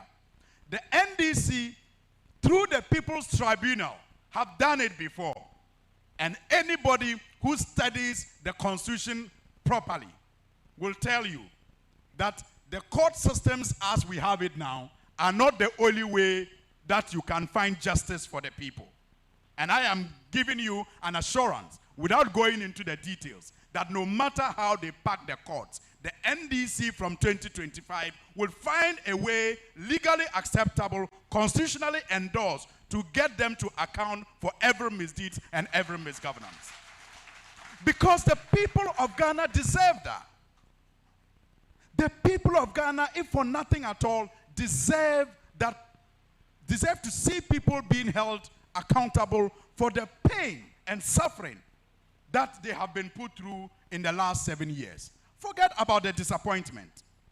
Because for me, even when I criticized President Akufo-Addo and Dr. Mahmoud Bawumia in the past, and when I was so convinced that they could not govern better than President Mahama, I didn't expect them to fail as remarkably as they have failed. And that is, I'm sure, one of the reasons why their own people are beginning to dissociate themselves and shun them and run away from them. I mean, who didn't hear Professor Stephen Adai before the 2016 general elections? What song is he singing today? What song is he singing today? And many of his type are beginning to even be shocked at their level of incompetence and non-performance. So, if for nothing at all, the pain, the unprecedented level of destruction that they have done to this nation, we should make them pay for it. Look, Comrade Mutala touched a little on the economy. Look at the economic indicators. And you see, they behave like the spoiled child who inherited wealth when they came into office. You know, the most difficult period for those of us in the north who are used to farming practices is this season. The most difficult period in farming is this season, the land preparation season. This is the dry season. So even when you get up now and you are going to the farm, people are wondering why you are going to the farm. But if you don't go now, when the rain starts, you will not know where to go. Ally? Yes. So President Mahama, when he was in office, did that land preparation. We were faced with an energy crisis. An energy crisis that Jerry Rawlings was faced with. An energy crisis that President Kufuor was faced with. And that is why he brought in the toy generators. You remember, Ureku Bobke called them toy generators. An energy crisis that President Mills was faced with. An energy crisis that got worse because of consistent neglect to that sector under President Mahama.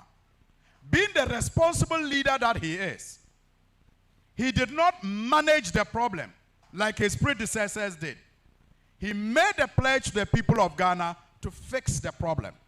And the problem was three, layers. You had the financial problem, you had the fuel problem, and then you had the generation deficit. He set out to bring in power generators, the car power, the Ameri, and others, and to fast-track others on board to fix the generation problem. Then the financial problem. In an election year, even when it was a threat to his re-election, he recognized that leaders don't take pleasant decisions. They take decisions that fruits are felt later by people. He passed the ESLA levy, which was to bring in the funds needed to keep the lights on and to pay the legacy debts and to bring about more investments into the power sector. That's how he solved the financial problem. Then he fast-tracked the construction of Ghana Gas, which has led to the, cutting down of the importation of gas to power our generators. So he solved the fuel problem with the fast-tracking of Ghana Gas, which made our own gas available to us at a cheaper cost. Passed the energy sector levy to solve the financial problem and brought in the generators to solve the, generation problem. And that put the country now on the pedestal of growth. So around that time, World Economic Analysts predicted that given the work that President Mahama and his team had done in 2016, that the economy was going to grow by about 9% in 2017. And I'm telling you about what I mean when I say they behave like the spoiled child that inherited wealth. So given the hard work President Mahama did, and Comrade Mutala also spoke about the import levy, the importation of sugar, tomatoes, and poultry products. President Mahama at the time identified again that we're importing sugar, we're using about $300 million a year to import sugar. And he said that was having an impact on our exchange rate. Because if we could conserve $300 million in this country, we will not need that to bring in sugar. So in order to solve that problem, a thinker that he was, the visionary that he was, he set out to set up the Commander Sugar Factory. And the Commander Sugar Factory would have ensured, just like the Ghana Gas, that we would have produced our own sugar, would have saved hard-earned foreign currency. So they came to inherit all of this. And so by 2017-2018,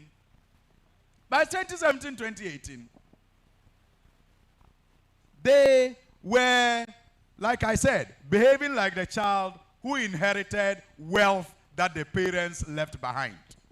They did not know the hard work that went into the creation of that wealth.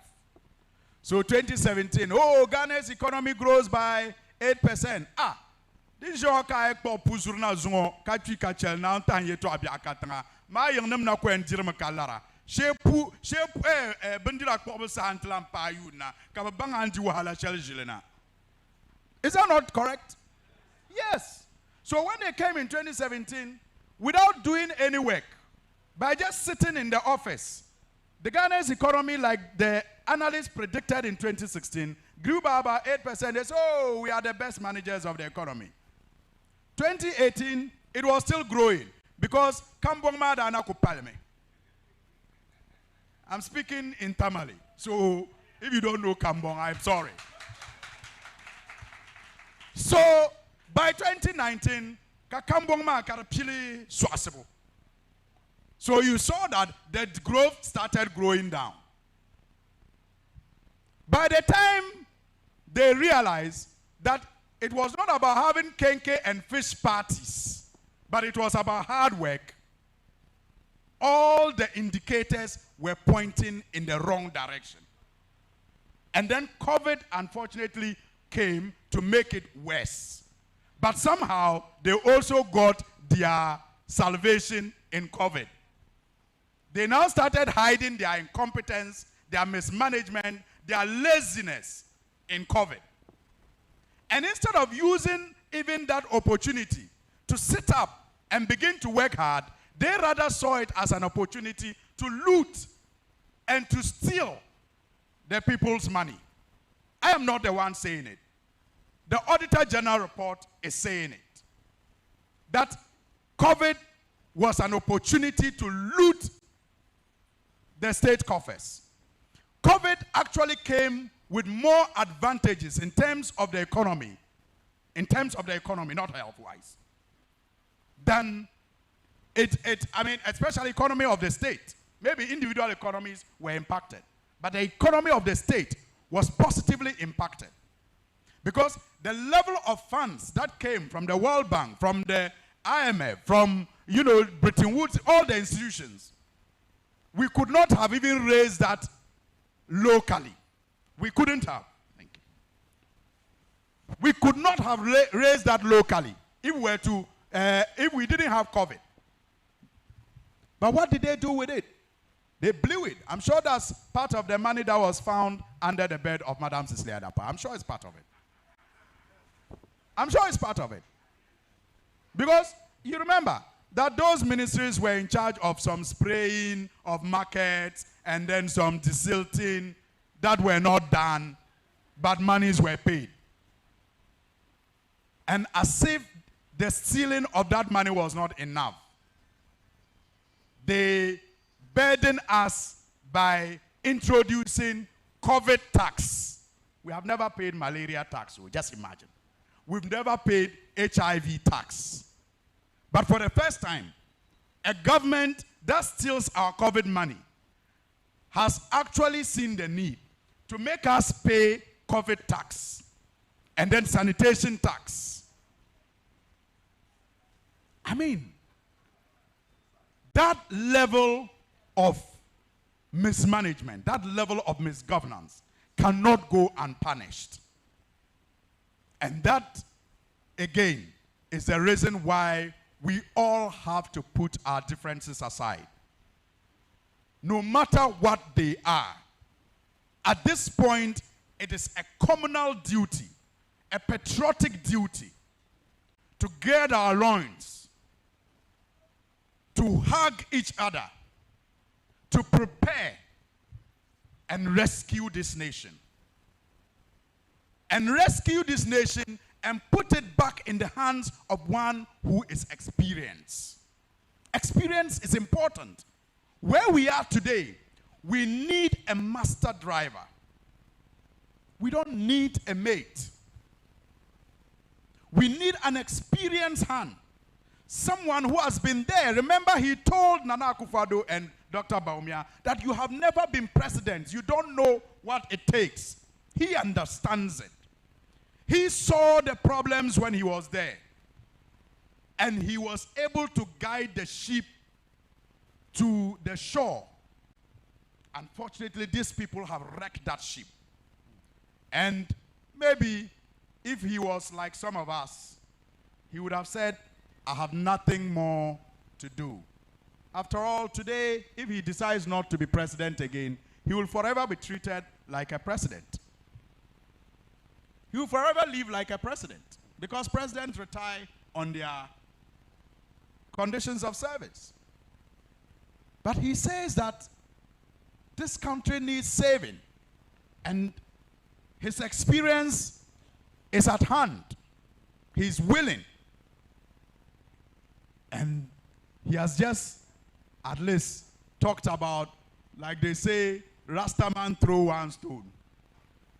Rastaman throw one stone.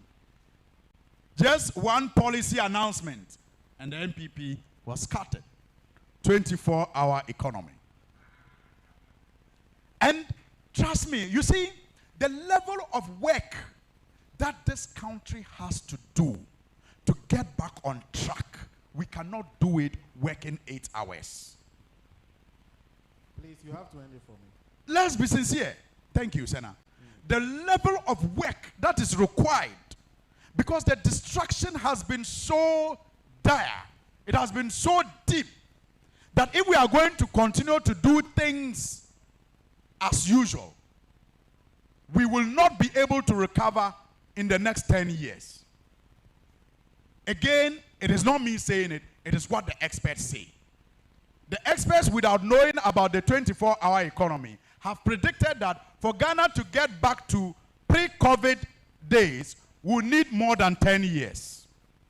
That's what they have predicted. The IMF have said so. So, President Mahama, being the visionary, says that we can reduce the number of years required to get back to pre-COVID days if we work 24 hours. And so forget about all the things that will be said to detract you from the core message of getting this country to work 24 hours to clean the mess that these people have created and support the rescue agenda that will ensure that we all build the Ghana that we want, the Ghana that we deserve. Thank you. Thank you very much. Thank you very, very much. And of course, if you're just joining us, the mother of all talk shows, ALHAJI and ALHAJI. We are live from, Suhini, you said it's Picona Gardens? Yes. We are live from Picona Gardens here at the Picona Hotel, where we are bringing you a live coverage of ALHAJI and ALHAJI, the last of the year 2023. And once again, let me acknowledge our distinguished, eminent, traditional leaders for gracing the occasion. Thank you very much. A very big thank you. And of course, a big thank you to the many of you who have joined us here. If you're in Tamale, please come. Come and be part of this. You always watch it on TV. For the first time, you have the opportunity of actually watching it happen live. And let me also acknowledge ALHAJI Atta Issa, who is NDC parliamentary candidate for Sanyarugo constituency. Okay. And there's ALHAJI FK, who is Tamale Central chairman of the NDC in Tamale Central. We also have ALHAJI Ngban Al-Hassan. I hope I got your name right. Mbahu. Who is chairman of the NDC in Tamale North. There's ALHAJI Abdul Rauf, who is chairman of the NDC in Tamale South. And of course, ALHAJI Sasa, who is Savelugu chairman. Thank you all. Thank you all for coming. And of course, let me move on to the man who's had quite a year. When this year started, I used to enjoy his tassels with Beatrice and then Kojo Chumbuafo specifically, when he was at least trying his best to put us the best defense for this government. Now he's a member of the Movement for Change.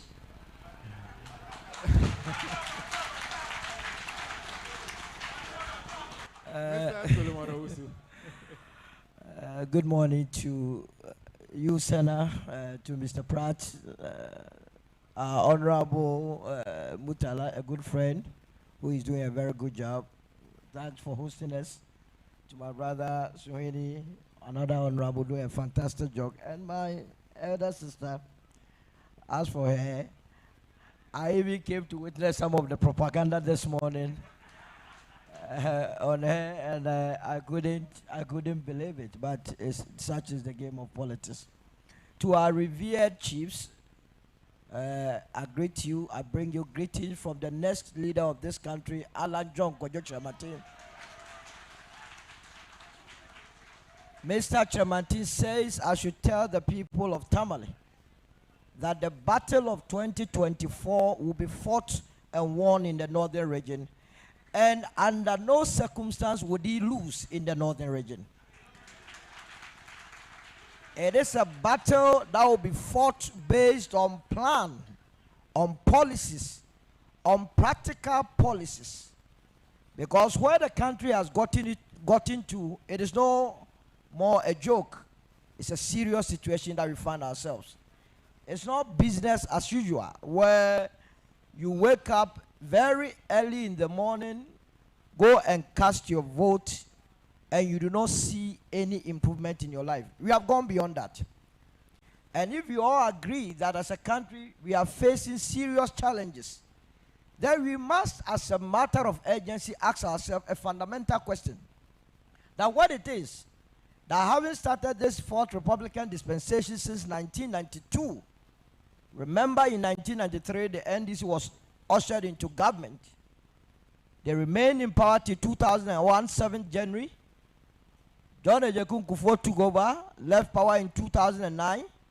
Professor Mills, may his soul rest in peace, took over, left along the way. Former President John Mahama took over and left us in 2017. Nanado took over, and it's about leaving office. So the two political parties, the NDC and the MPP, next year or the 7th of January 2025, they would have done 32 years.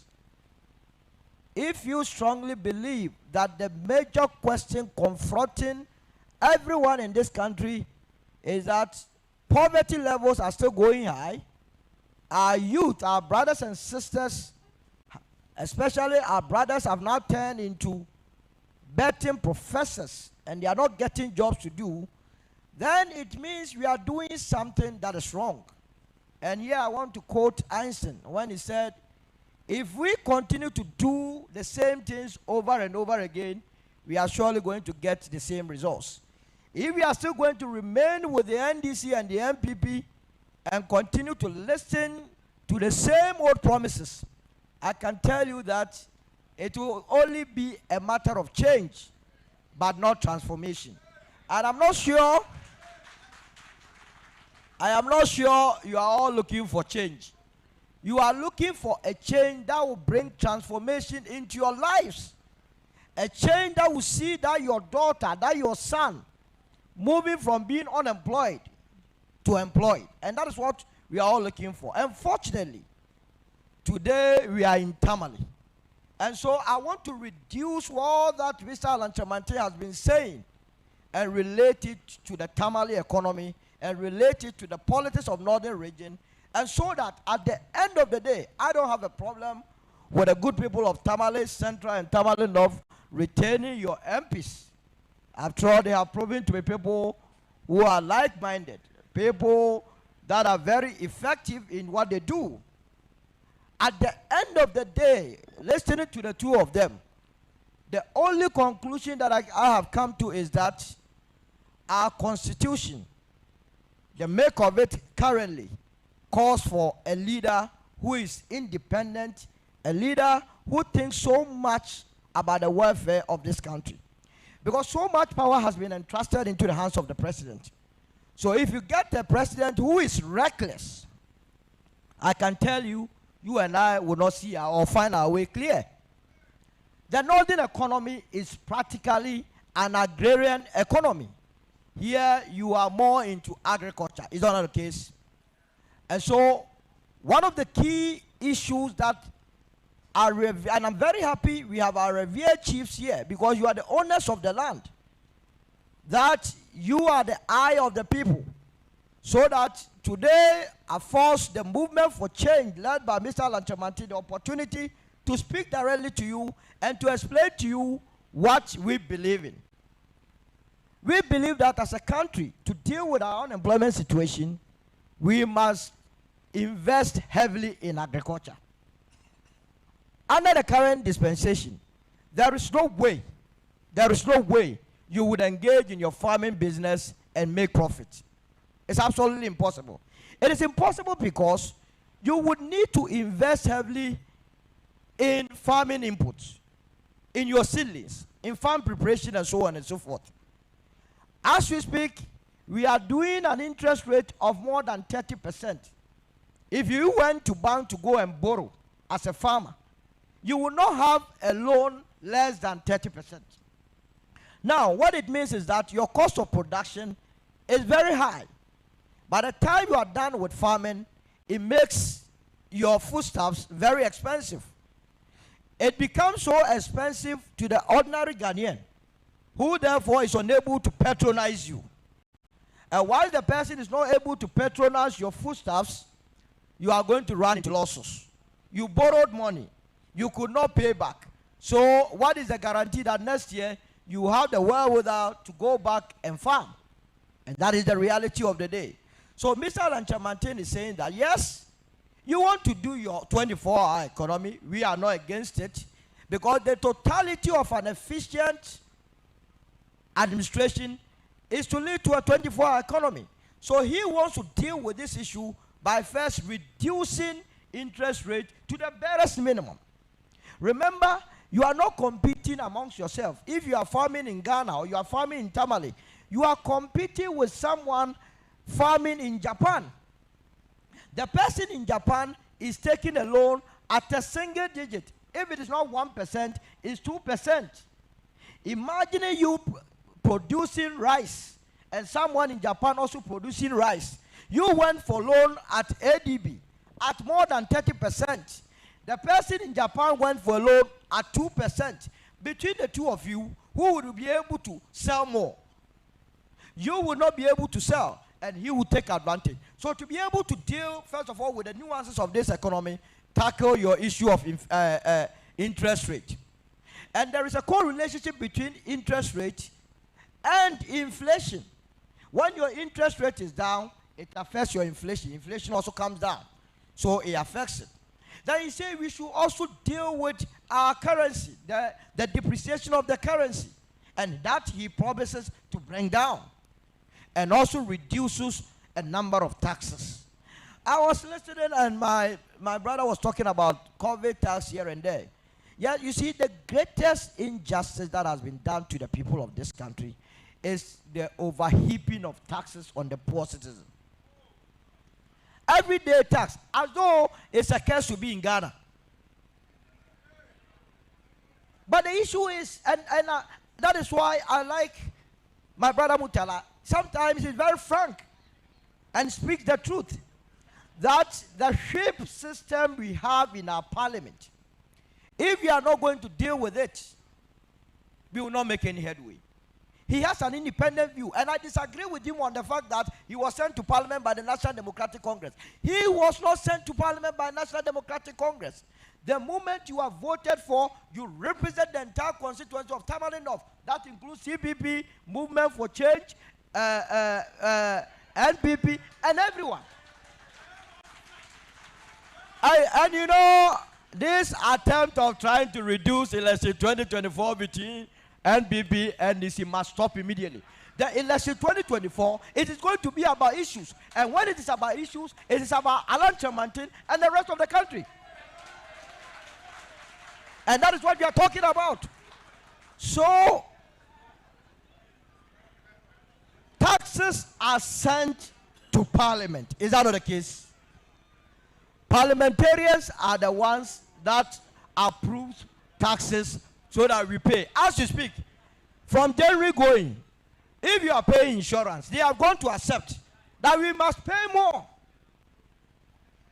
If you are using a vehicle, they say we should pay 100 cedis. Already our current situation, we are unable to bear it. And we are heaping more. Look, we can complain all we can. These ministers that we complain about, bogus, some of them bogus as such, they were approved by these parliamentarians.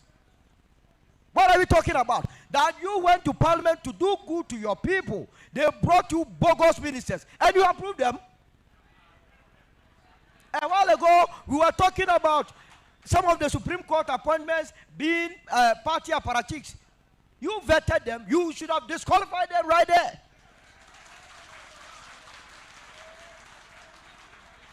And that is why I'm saying that election 2024 must not be business as usual. Ask probing questions. Which of the leaders has the plan? Look, Tamale continues to grow cotton. Is that not the case?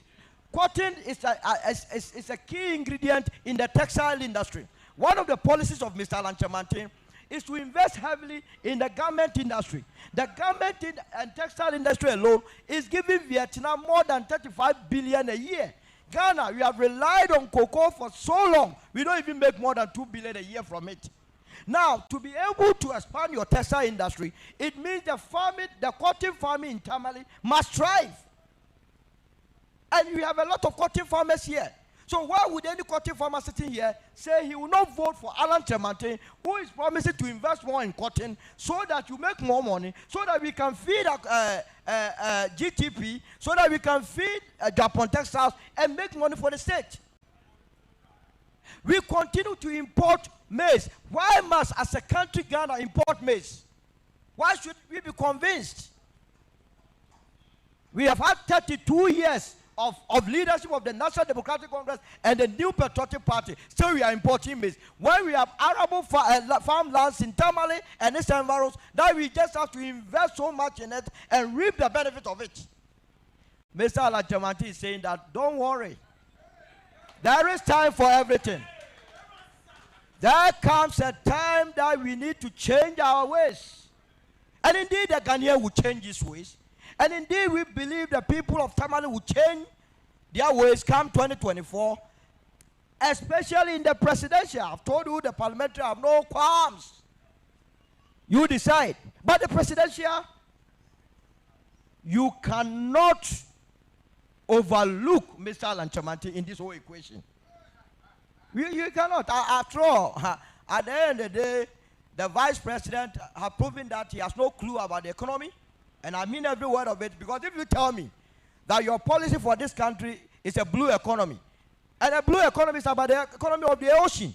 If you tell me that it's the economy of the ocean, what the vice president who claims to be coming from the north is telling you is that, is there any sea in Tamale? So you are not part of the economy of the vice president administration. You understand? So he has taken you out of the equation. As for the former president, he knows he has been president before. We remain. We should retire on his salary. There is no need to come back. Coming back to do what? To do what? Hey.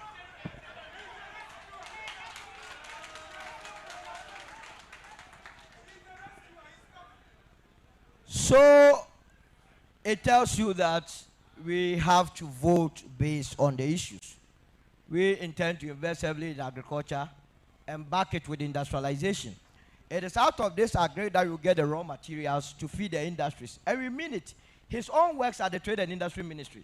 For the first time in the history of this country, Ghana is assembling vehicles here. 6 automotive companies are assembling here. These were all policies that he himself sat down, wrote to woo these automobile companies into the country to be assembling here. The objective is not just to be assembling, but to be actually manufacturing the vehicles in this country. And that is why, as a movement for change and as one of the plans of Mr. ALHAJI, is to make sure that we don't just go and mine the iron ore that has been discovered in the northern part of this country and export it in the raw form. No, he believes that we have to process iron together with manganese and bauxite to produce steel. Out of that steel, then we can manufacture the vehicles here. And that is why we take a serious view to the lithium deal. Because as part of our strategy, as a movement for change, is to develop the automotive industry. And if you want to develop the automotive industry, you know very well that the world is moving towards the green energy. And so very soon we are going to do away with fossil energy. If you are going to do away with fossil energy, it means you are going to use electric cars. And if you are using electric cars, you will need a lot of rechargeable batteries. And one of the key components of rechargeable batteries is lithium. So you don't go and get lithium and go and sell it cheap as though we are afraid to develop. And that is why we as a movement believe that it is time the country entrust the destiny of governance into the hands of Mr. ALHAJI. Now to the youth of this country. You represent the hope and aspirations for tomorrow. It is rather unfortunate that if I look at the room, the elderly seems to be more than the youth. And it goes to confirm the position that my brother held, the view that he held, that the youth day in and day out are losing confidence in our politics. They will lose confidence because our politics is turning out to be pack of lies. You just go and lie, you get the power, and you forget about the people. That is not good enough. It will come a time that if you don't take care we will not be able to control anybody, because you will lie and the lies will end and you have nowhere to go. So let us, as political actors, in our various small ways, begin to speak truth to power. We have brought our plan. Remember, manifestos are not plans. Manifestos are just set of promises. What Ghana needs is a plan that will back these manifesto promises. Without a plan, nobody grows. If you are a farmer, if you do not plan that during the dry season, you will do your land preparation, awaiting the rainy season, you are going to fail. And that is why, as a country, we must not be interested in the promises that people give us. When they come with their promises, ask them, where is your plan to achieve the very promise that you are giving to me? And where Ghana has gotten to, my brothers and sisters, no political party can do it alone. We all, as a country, we must carry ourselves together and do things together. It is together that we will win. A recent development in this country by the young lady Efua Santua in the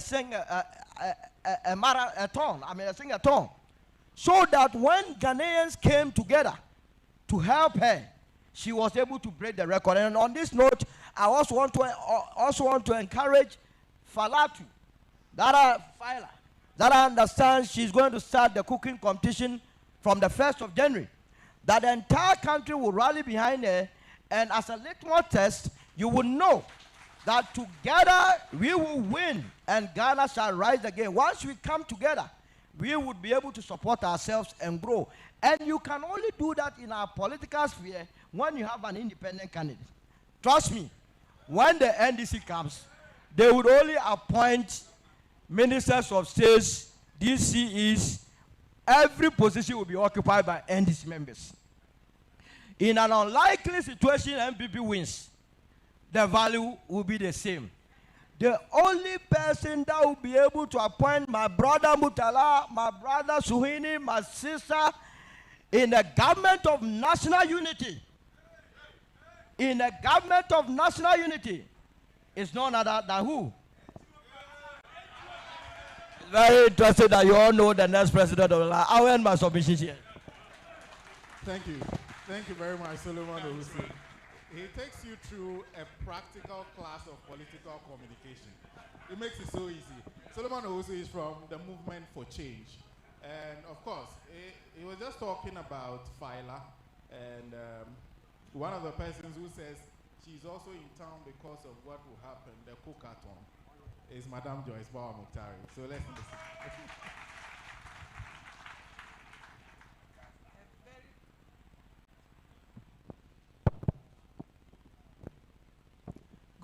Good morning, everybody.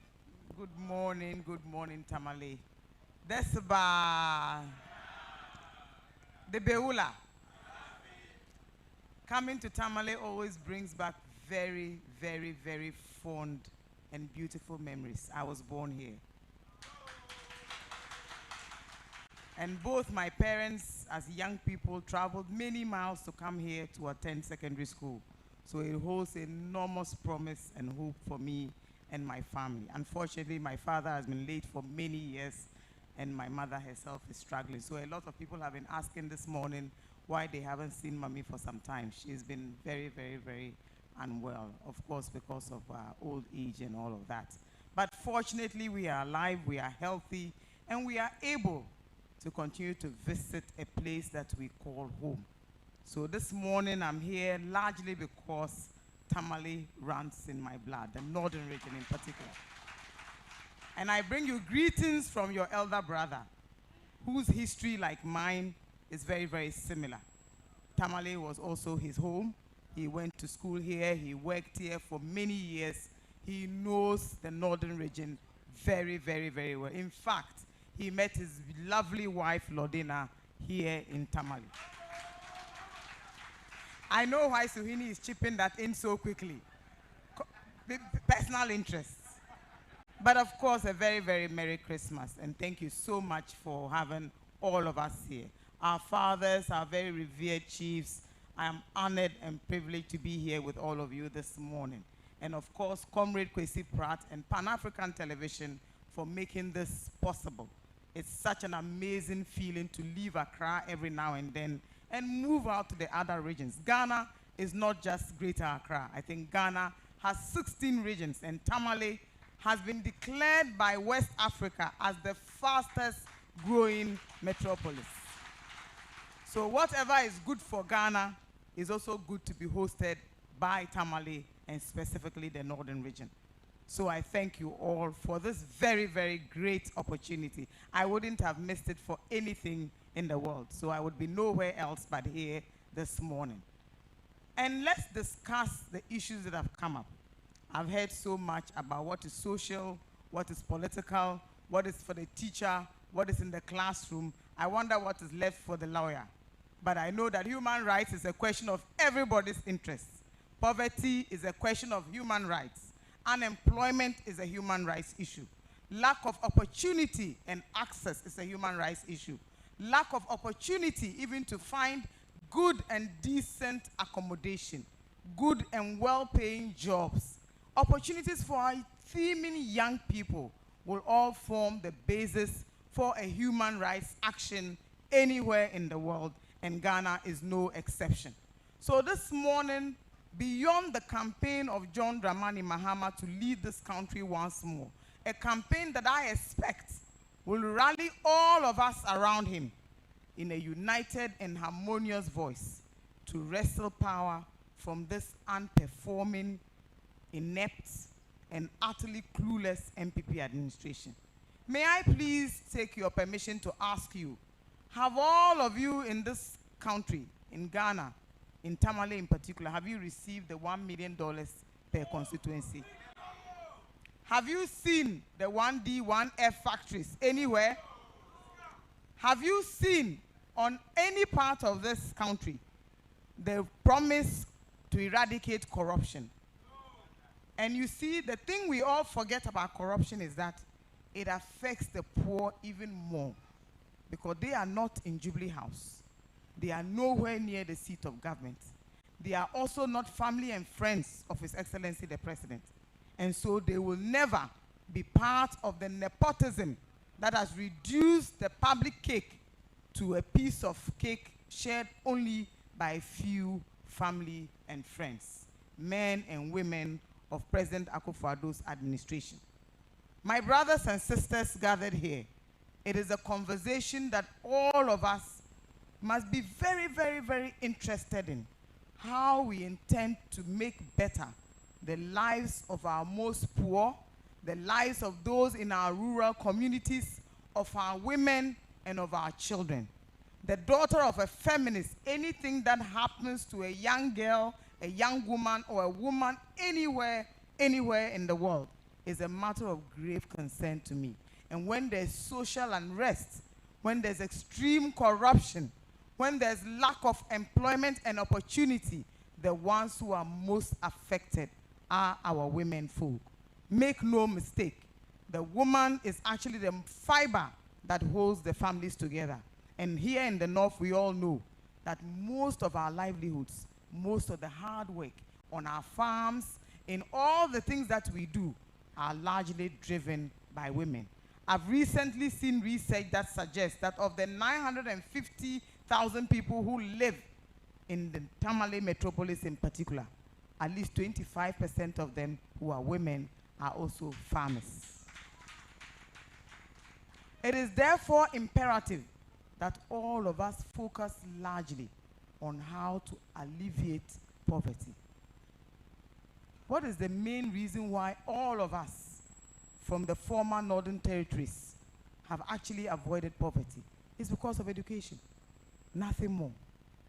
Quality education, good education, relevant education, skilled education, empowering education, an education that redeems you from extreme poverty. So you'll find that growing up, even where one individual in a family gets a great education, great opportunities, it actually does what? It redeems a whole family. So question the level of deterioration in our educational system. You are all parents. You know how long the children spend in school. You know the quality of the students we are turning out. You understand what the future is if you don't have a skilled, well-educated set of young people. we also know that the young people are the future that we all envisage. Look, religion is indeed the opium of the poor, but imagine an ignorant poor. That is even worse and more disheartening. So please, today in Tamale, what we need to start asking ourselves, for all the juicy promises that you heard in 2016, in 2014, in 2012, up to date, tell me, how has all of this noise impacted positively on our livelihoods, on our lives as a people, on our communities? That we forget that sometimes we must also rise up. I grew up at a time when in Tamale the lights went off at 6 p.m. True or false?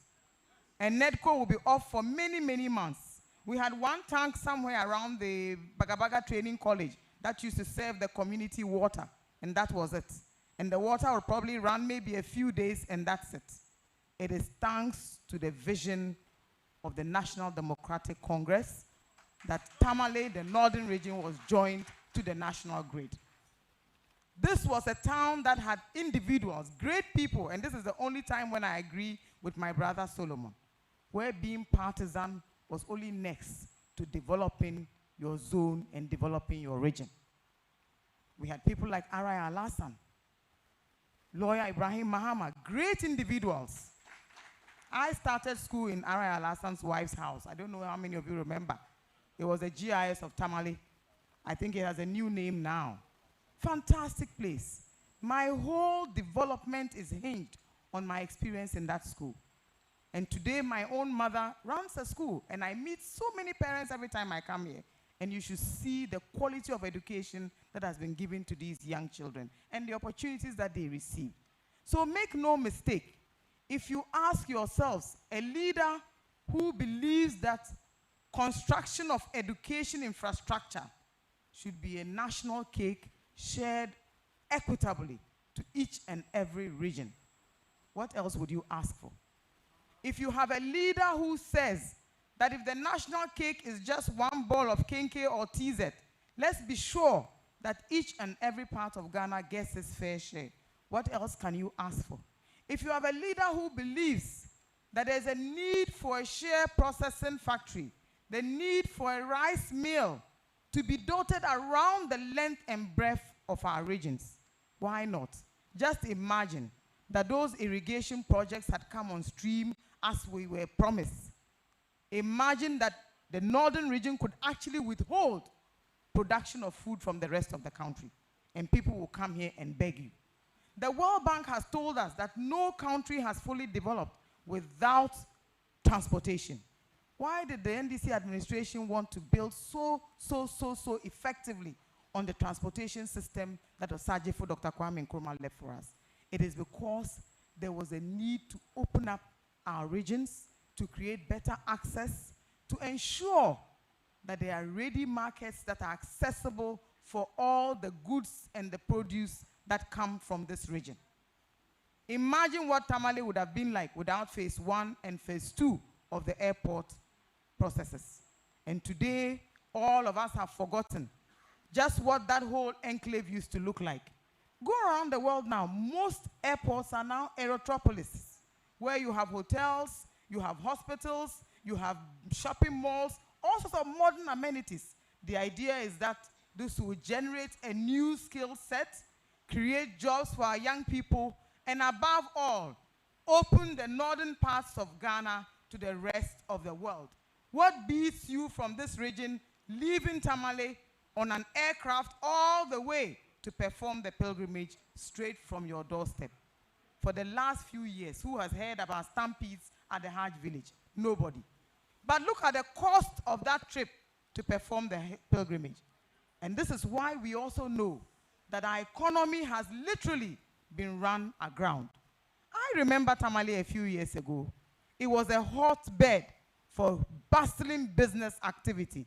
Many young people were into all sorts of businesses, producing all sorts of things. There's been a huge gap.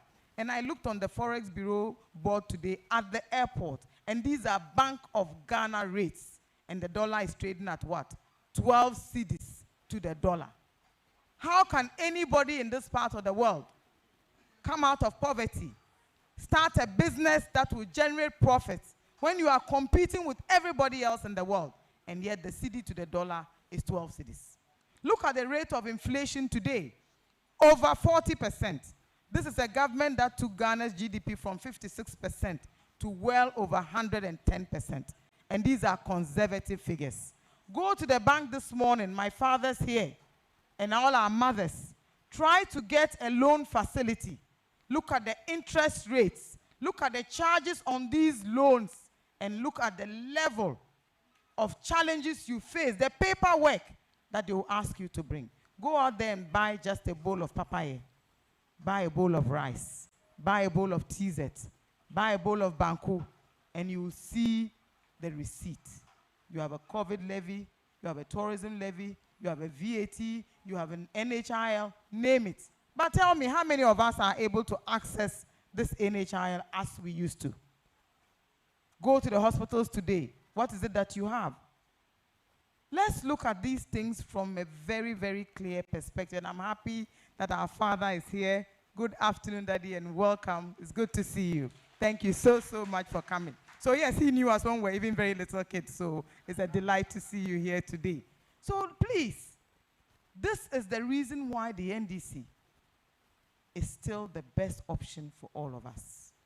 A leader who cares, a leader who understands, a leader who lives with all of us and appreciates what our challenges are. In any case, what is President Mahama's private endeavor? He's a farmer himself. His father was a farmer. Most of his brothers are actually in private business. They are one family that usually don't take employments in these very formal environments. But somehow they do very well. Look at his brother Ibrahim Mahama. And today, let me also reach out to our brother Ibrahim Mahama, who is actually here doing amazing things for the creative industry. Fantastic, fantastic, fantastic initiative. Such innovation can only be found in regions where people have been tried and tested. So the northern region is actually a home of enormous creativity. And we must be sure that the right frameworks are developed and put in place to encourage all of us. At the time when I left law school, which is probably over 20 years now, there were very few young lawyers. I love the very robust environment that I see now, where every young person, be they from northern region, upper east, upper west, greater Accra, wherever, has more than 1 or 2 other degrees in different fields of endeavor. And we just heard our brother Suhini. Great examples of how a young teacher goes into the field of communication, into the fields of radio, and today he is a member of parliament representing a fantastic seat here in this region. This is the sort of future that our parents envisage, because my father was a third-generation young man, first in his family to get a proper university degree. And when he got it, he was well over his mid-30s even. Life was not that easy all the time. Today, you have the University for Development Studies. You have the Tamale Teaching Hospital with a commensurate medical school for young people. And look at the number of doctors that that institution currently churns out. And all of these things are thanks to the ingenuity, are thanks to the love for humanity, and above all, the consideration that the governments of the NDC have always imagined for Ghana. Not just for NDC, not just for the individuals, but for each and every one of us. My brothers and sisters, make no mistake, 2024 presents us with a fantastic opportunity. A clarion call is being made to each and every one of us to rise up not for ourselves, but for the commonality of society, for the individual who has no voice, for the one who will not be in this room with us to listen to any one of us, but for the ones that all of us here have become role models for, examples for, the persons that we inspire most, especially those who need it. Look, to be able to achieve financial independence beats everything in this world. It is a fundamental human right. To be able to wake up in the morning and afford your medication. To take it for granted that your pensions that you've invested will actually generate profits for you. Today, look at our pensioners. Over 1 million of them have been completely disenfranchised from their own investments. And you saw our former Chief Justice a jurist par excellence, joining the numbers to raise awareness for the challenges of these haircuts. Leaders who are so inconsistent, leaders who do not walk the talk. These are not the sort of leaders that the Asian tigers had. This is not the future that people like Lee Kuan Yew envisage for their people. This is not the story of what our fathers and grandfathers wanted for us. And this is certainly not the Ghana that we want to leave for our children. We want a Ghana where leaders stand for what they believe in, where leaders speak truth to power, where leaders stand in all humility to consult, to listen, to take advice, above all, to lead even in humility. And you know, I say it all the time, that one of the most lasting qualities of John Mahama as a leader is his enormous humility. You walk past him in the morning and you think, oh, did I just walk past the boss? And you turn around with a smile. Day in, day out, we can all take lessons from John Mahama's example. You know, people re-emphasize and re-echo the fact that, oh, but he's a former, this is a former that. Please, do we know any of our leaders today who were not a former something? Nothing beats being a former foreign minister. Nothing beats being a former attorney general. These are great platforms, or a former deputy governor. That is a coveted role. Who wouldn't want to be a deputy governor or governor of the Bank of Ghana? Everybody would want to do so. Today, that bank, where we believe that we're going to arrest the cedi and the dollar and leave the keys behind, that bank that is not a deposit-taking bank, today has been able to cause financial loss to the good people of Ghana. How is that possible? That bank today requires a huge monstrosity of a building to survive. Today, we have invested millions of dollars in the construction of a national cathedral, and yet when you go past that cathedral, you see absolutely nothing. Of the 950 people who live in this metropolis, if that $100 million were given, even half of it, to the half of people in the brackets looking for businesses, looking for resources, looking for funds, imagine the profitability of that amount. Huge. We destroyed brand new buildings belonging to the Judiciary Service. We destroyed private properties, all because we wanted to go out there and construct a cathedral. And in the name of that cathedral, the stealing that has taken place is mind-boggling. Today, in 2023, we have the government of Ghana with one of the weakest finance ministers in the history of this country, coming to tell us that the Office of Government Machinery alone is going to be getting what? 3 billion Ghana cedis. To do what? And for what? So that they can churn out more propaganda, churn out more disinformation, churn out more fake news with money that can go to our rural communities most poor, people who need it more than any other person.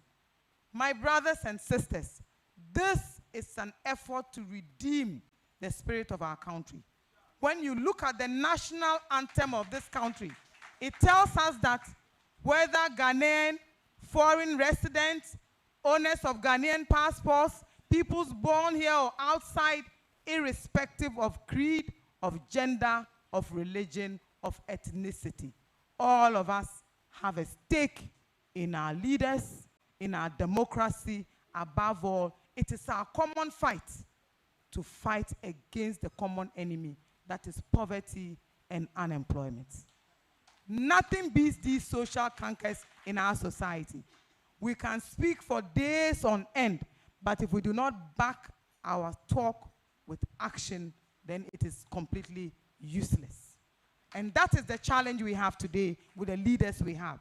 They talk too much, so many promises. Not one has materialized. And even the few that have, go and check the bloating of the papers, the bloating of the accounts, the bloating of the certificates.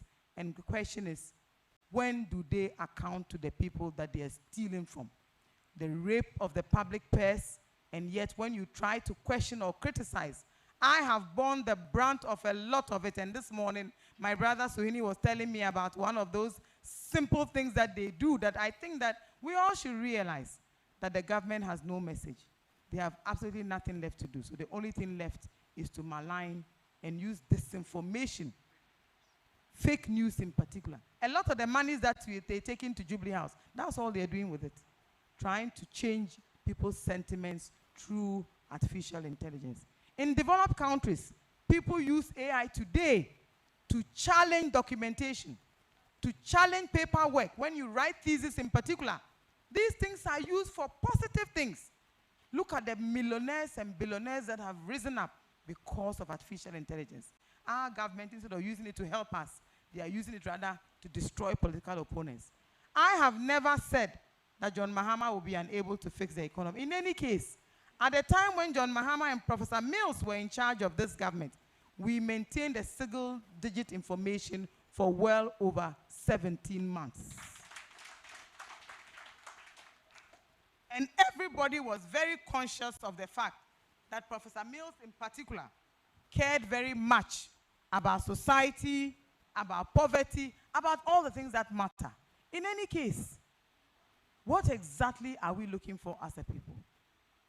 Better livelihoods, employment, opportunities, development. And I love the fact that in recent times, on all the campaign conversations, you hear our chiefs and opinion leaders speak to the fact that many of the things that were promised have not come. Look, security is a huge issue this part of the world.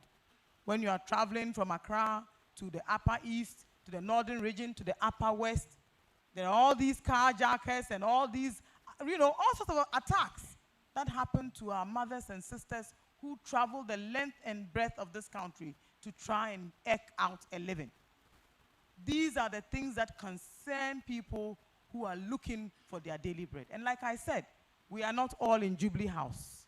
So not all the profitability of Jubilee House will rub off all of us.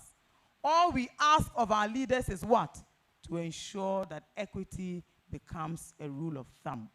Whether you are in the Northern region or the former Northern Territories, whether you are in the Upper East or Upper West, Bunu Ahafo, Ahafo East, Ashanti region, name it. Each and everybody must at least feel whatever little benefits that the public purse has to offer. The Eastern Corridor project, that's exactly what it was about. A project that will open up and create livelihoods for the good people of Ghana, not just for a few people. The connectivity through aviation was also to do same. The whole thought about inland ports was to open up, like Solo rightfully said, you don't even have a benefit in the coastline here. But you see the impact of it. The goods that are imported come to Tema, come to Takrady, and come all the way here by road. So whether you live along the coastline or not, there is a certain benefit that you derive from the ports of Ghana, wherever they are based, because that is where you can have a port facility. But the inland ports that take you from here all the way to Niger, to Paga, and note, Tamale has always been a fantastic trade route from Tamale to Paga to Salaga. So this is the history of this beautiful region. And it is the reason why this region will now stand very tall as we go into 2024 to make a resounding statement, to retain our members of parliament, to elect new members of parliament for the NDC. Make no mistake, you must have overwhelming numbers in parliament to push through your policies. That is what the 275-member parliament does. The second thing is that let's do well to ensure that wherever we have females standing, that we do well to elect them. The numbers of 2020 are woefully inadequate.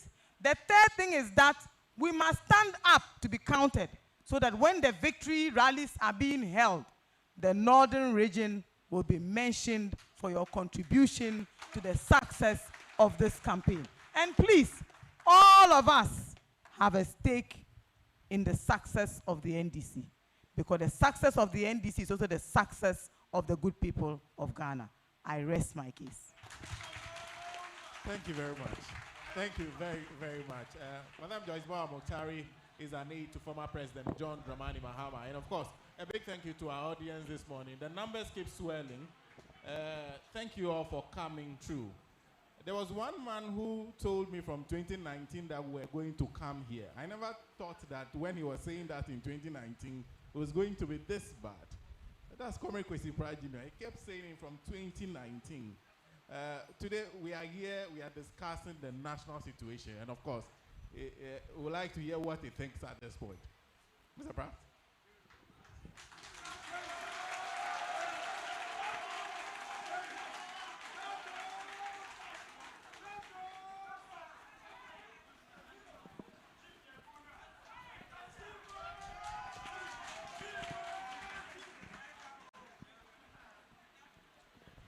Well, we are all very happy to be back home in Tamale.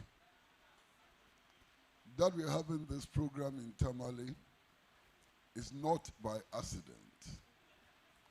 We are having this program in Tamale partly because the two members of parliament insisted that the very last ALHAJI and ALHAJI should be held in Tamale.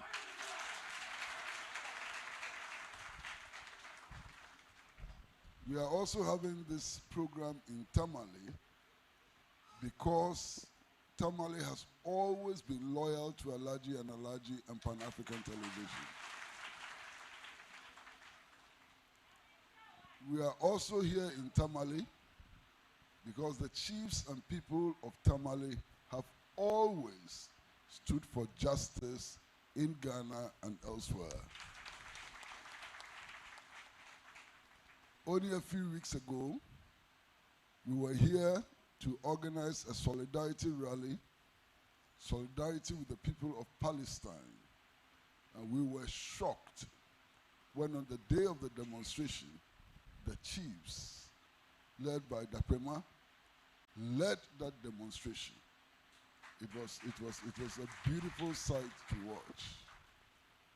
So we are here in Tamale to salute the people of Tamale for their support for Radio Gold, for Pan-African Television, for ALHAJI and ALHAJI, and also for standing up for justice. The national situation is very, very bleak. The national situation is horrible. This country is heading towards Armageddon. And if we don't get up and act together, very soon, we may not have a country. So when we are discussing the national situation, of course, political choices eventually may become important and so on. But the most important thing is how do we rescue this country from the state in which we are. Now, I'm going to use the government's own figures. According to the government, the current government, according to this government, when the government collects all of its revenue, all of the money it can collect, when it collects all of that, it needs 128% of total national revenue to pay debts, to service debts, and to pay public sector workers. After that, there's no money for anything. So if some head of state decides to visit us, and he goes to the Flagstaff House and we buy pure water for him, we have to borrow money to pay for the pure water. That's the state of the national economy. Okay? Visit Tamale today. The car he will use, the petrol inside, we have to borrow money to fill his tank to enable him to come here. There is no money to construct gutter, no money for gutter. There is no money to build roads. There is no money for free SHS. There is no money for anything. This is the state of the national economy. And we have to understand that. Digitalization and community has not been able to put one pestua in the national coffers so that we can solve the problems we confront our people. We are in very deep crisis. But who am I?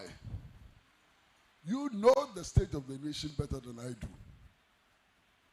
Today, there are people in Ghana whose monthly salary is 400 cedis, 500 cedis.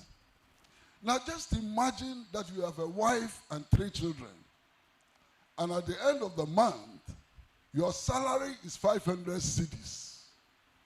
How can you survive? What are you going to use that salary for? To pay rent, or to buy water, or to pay electricity? It is also significant for us to note that within the last 3 years, prices of food have gone up by more than 300%. Food. I live in Accra, where kenke is the staple food. 3 years ago, nobody dreamt that one day one ball of kenke will cost 1 cedi. Today, in Accra, one ball of kenke can cost 10 cedis. You can get a ball of kenke for 4 cedis, you can get some for 5 cedis, you can get a ball of kenke for 10 cedis. If you are a family of 5, and the head of family is like some friend of mine that I know who can eat 6 balls, when you sit down one meal, the whole salary is gone. So this is the state in which we find ourselves as Ghana. But there are other things that should concern us. One of the things that should concern us is what my sister Joyce spoke about: security. All of us know that over the last 2 years, government has moved many soldiers to the north and other places here, up here. And they are telling us that it is because of the threat of insurgents like Boko Haram, like Islamic State, and so on. They are telling us. In fact, the last police intelligence report that I saw indicated that these terrorists have sleeping cells which come down beyond Tamale, heading towards Yeji, and so on. So the security situation is also terrible. We are hungry. We cannot cope with the hungry. Now we are going to deal with terrorists on top. So this country is in a very, very bad place. Now, what is the response to the current state of the nation? Total despair everywhere. All of you, the elders, you know, I don't have to tell you. When you wake up in the morning, you can count the number of people who come to you looking for money to go to hospital. You know it. I'm not the one to tell you. When you wake up in the morning, you can count the number of people who come to you in spite of free SHS looking for money to go to school.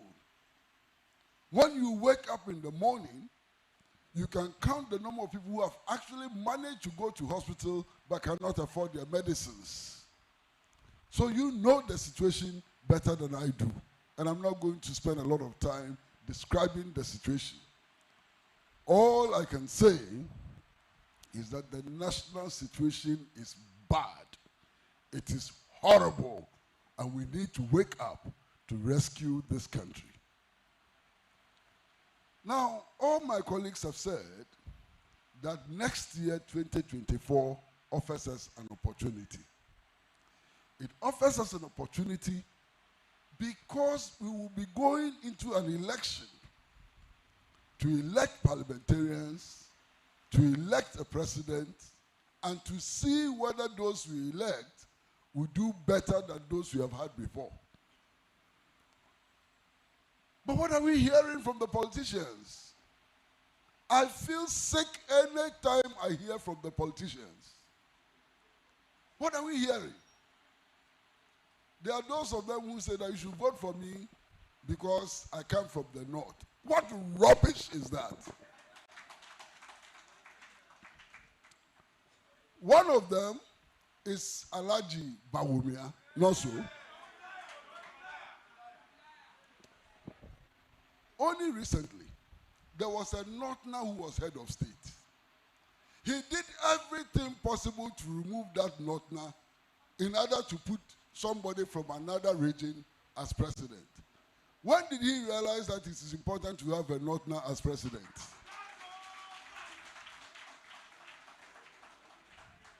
So that time he was working so hard to remove the Northerner, he didn't know that he was a Northerner. At the time that he was working so hard to remove a Northerner, he didn't know that it was important to have a Northerner there as head of state. He's only waking up now to realize that he's a Northerner and that it's important to have a Northerner there as head of state. The region of the president we elect is the least important. Actually, it is not important at all. What do we want? We want a leadership which will reduce inflation. How does electing an Ashanti reduce inflation? If you elect an Ashanti, how would that reduce inflation? If you elect somebody from Central Region, how would that reduce inflation? If you elect somebody from Northern Region, how does that reduce the national debt? They should stop wasting our time. They've been wasting our time on useless talk for too long. We want competent people, and the competent people may be Northerners, they may be Ashantis, they may be from Greater Accra region. The emphasis is on competence and not where you come from. It is so annoying listening to some of these politicians. They just annoy you. And you know, they are able to say these things to us because they don't think that we are sensible people. If they knew that we are sensible people, we have gumption, we can think, they won't come and stand in front of us and, excuse my language, they are chiefs here. They won't come and stand in front of us and tell us stupid and nonsensical things like, I come from this region and therefore vote for me. That's not important at all. We want a leadership which will work so hard to ensure that no Ghanaian child goes to bed on an empty stomach.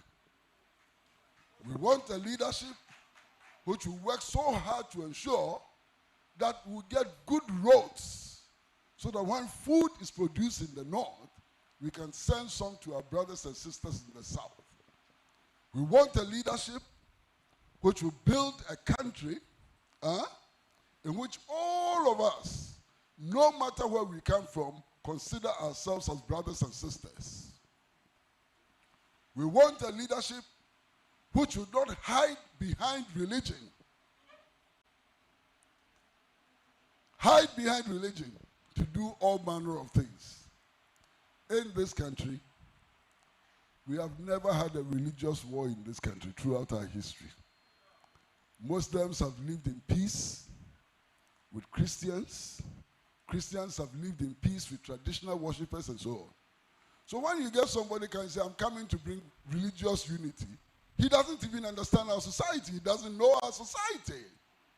Because we don't have a problem for him to come and solve. That person is behaving like a British politician. You know, there was a British politician who went to campaign in a village. And he told the villagers that if you vote for me, I will give you a bridge.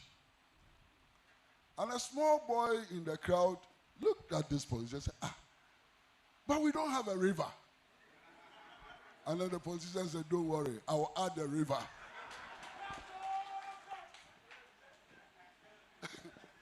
We don't need politicians who will give us bridges where we have no rivers. And when we complain, they say that they will add a river. There is no religious problem in this country. They should stop creating religious problems in their heads and promising to find solutions to those problems. You know, there's one thing that all of us agree on, which is that 2024 presents us an opportunity to change, to do something to change the current situation. But that opportunity must not be taken for granted. If we take that opportunity for granted, we will be very sorry. Now, why do I say this? We've just had the district level elections, haven't we? The level of incompetence displayed by the Electoral Commission must be a source of worry. On that day, about 9 a.m., the Electoral Commission issues a statement saying that the elections cannot be held in parts of Eastern Region and parts of Ashanti. Just imagine that it is December 7th, 2024, and on the day of the election, the Electoral Commissioner declares that we cannot have the elections in some parts of the country. What do you think will happen? Now, by their own admission, even the ballot papers they printed, just printing ballot papers was a problem. Some of the candidates had gone to ballot, they had secured the number 1 slot. When the ballot papers came, they were number 3. Some of them, their symbols had been given to other people and so on. Clear incompetence. And we must send a message out to the Electoral Commission loud and clear that this country will not tolerate any level of incompetence in the 2024 elections. We must send that message very clearly to the Electoral Commission. In any case, what the Electoral Commission is doing today is our fault. You can blame them, but only to some extent. I think we should blame ourselves. The last elections, how did they declare the results? The first results they declared, the figure they declared for the presidential candidates was more than 100% of the total number of registered voters. Clearly an impossible figure. Then they said, no, they had made a mistake. They changed the figure again. Then they changed it again, and changed it again, and changed it again. At the end of the day, excuse me, at the end of the day, the results of the last elections was declared on a piece of paper, no letterhead, no nothing, without signature. And we accepted that result, and our Supreme Court validated that result. Where in the world would any people accept that kind of election results? But we accepted it. And do you know what is worse? What is worse is that when the NPP went for elections to elect its leaders, NDC went for elections to choose their leaders, the NDC leaders themselves were saying they deserve those kind of election results. You heard them. One of those people seeking to become leaders of the NDC actually said that they went to court without pink sheets. How could they have won without pink sheets and so on? And interestingly, the NDC voted for him as leader. My friends, the warning we give to the Electoral Commission is the same warning we will give to the political parties and their leaders. Whether they are MPP, NDC, or Fafranto, or whatever, if they behave in a way which justifies rigging, if they behave in a way which does not allow the people's will to count, we will deal with the political parties as well. It is not just up to the Electoral Commission to make sure that the right things happen. The political parties and political leaders also have a responsibility to ensure that the proper things happen, that the will of the people matters. My brother Solo made a very important point in his contribution. So very important point. Why? And please, let's talk honestly and plainly.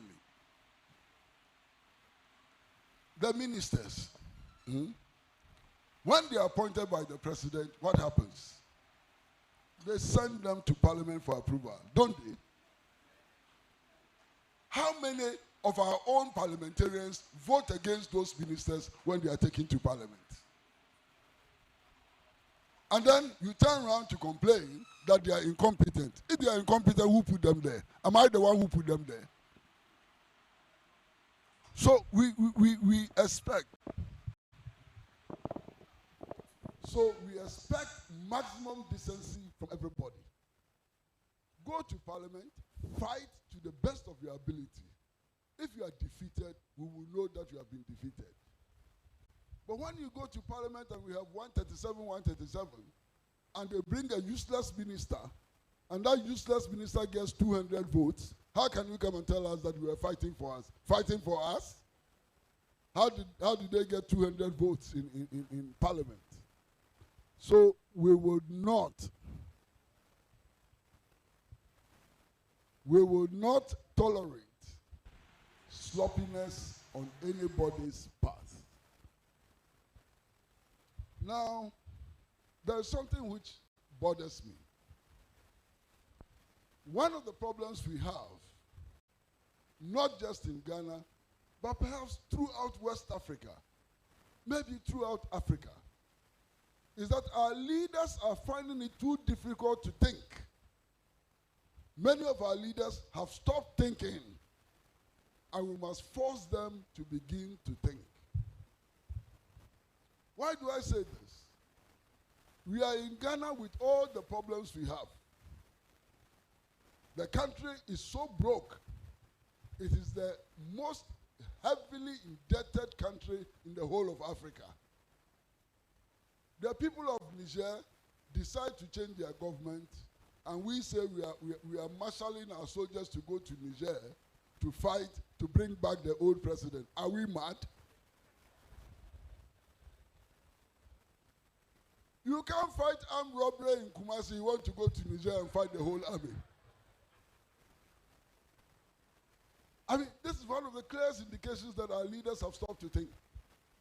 In any case, the people of Ghana would like to see some of what is happening in Niger in Ghana. Before the coup d'etat in Niger, Niger was one of the poorest countries in the world. After 4 months, Niger is the fastest growing economy in the world. Shouldn't our leaders be going to Niger to beg them to teach them how they have managed to transform their country, rather than sending soldiers to go and kill and shoot and bring back an old discredited president? Look.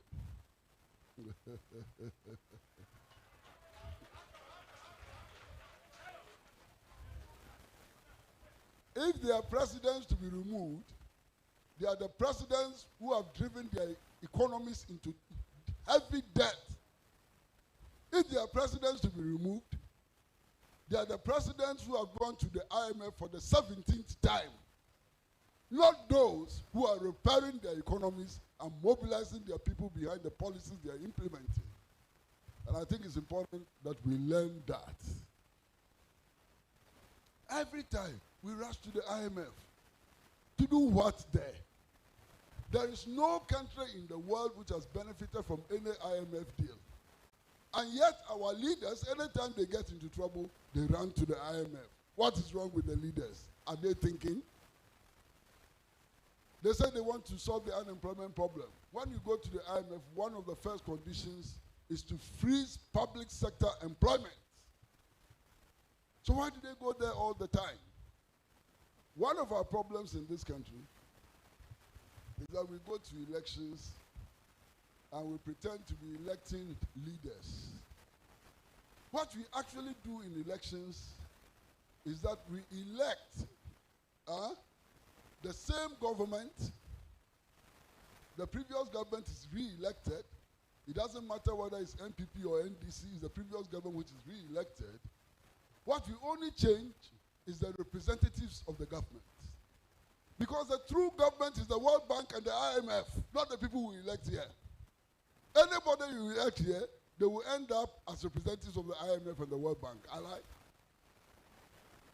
They will all go there. And when they go there, it is the IMF and the World Bank which will tell them what to do. So it is the IMF and the World Bank which is the true leader. As for the rest, they just represent them.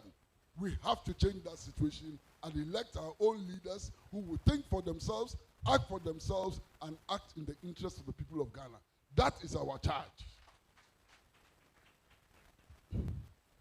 As a Ghanaian, I am so embarrassed. I am very embarrassed.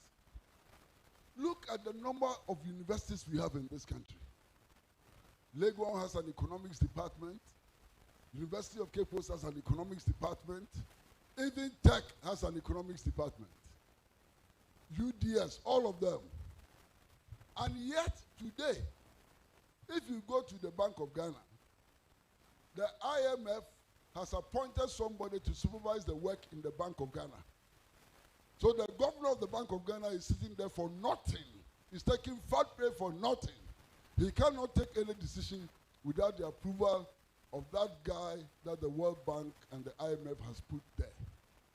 For all you know, he's not even half as qualified as our governor.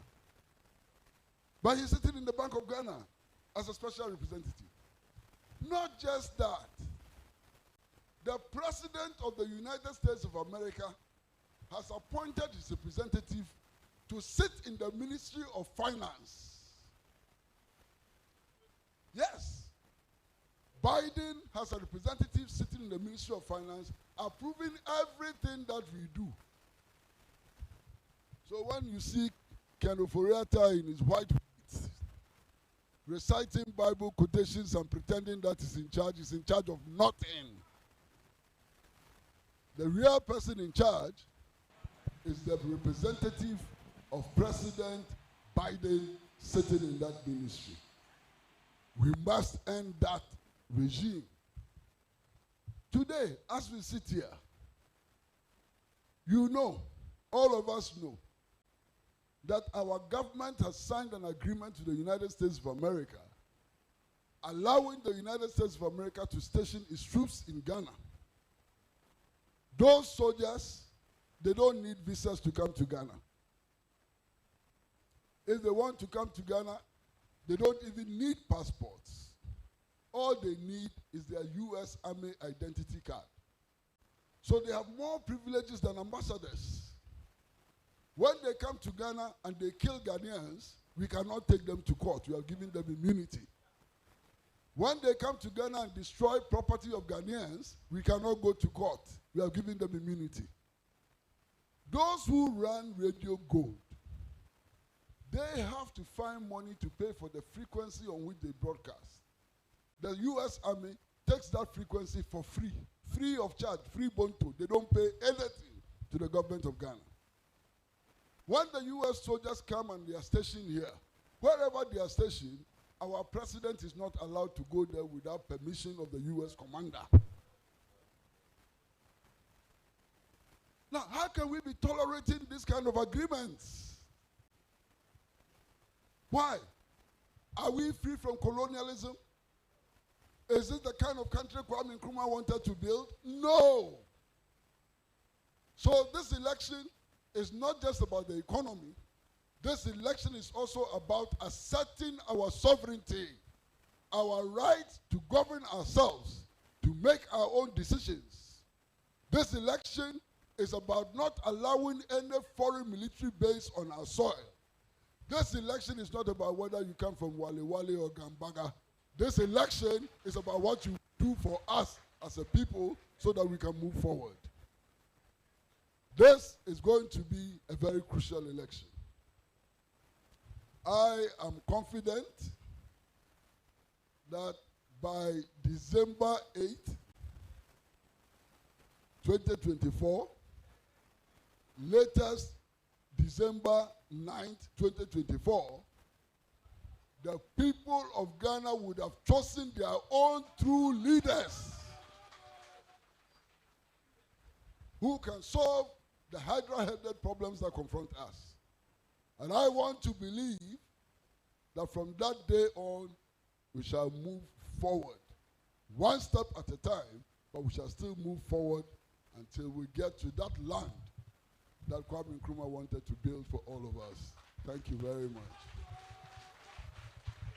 Thank you very much. Thank you. Thank you, Comrade Kwesi Pratt Jr. And that ends our first round of discussion. We'll move on to something else. But before we do that, we are talking about the national situation, and everybody here is Ghanaian. So we would like to listen to what you think. So we'll be passing a microphone around. All you have to do is raise your hand if you want to contribute to the discussion or you have a question to ask. Raise your hand.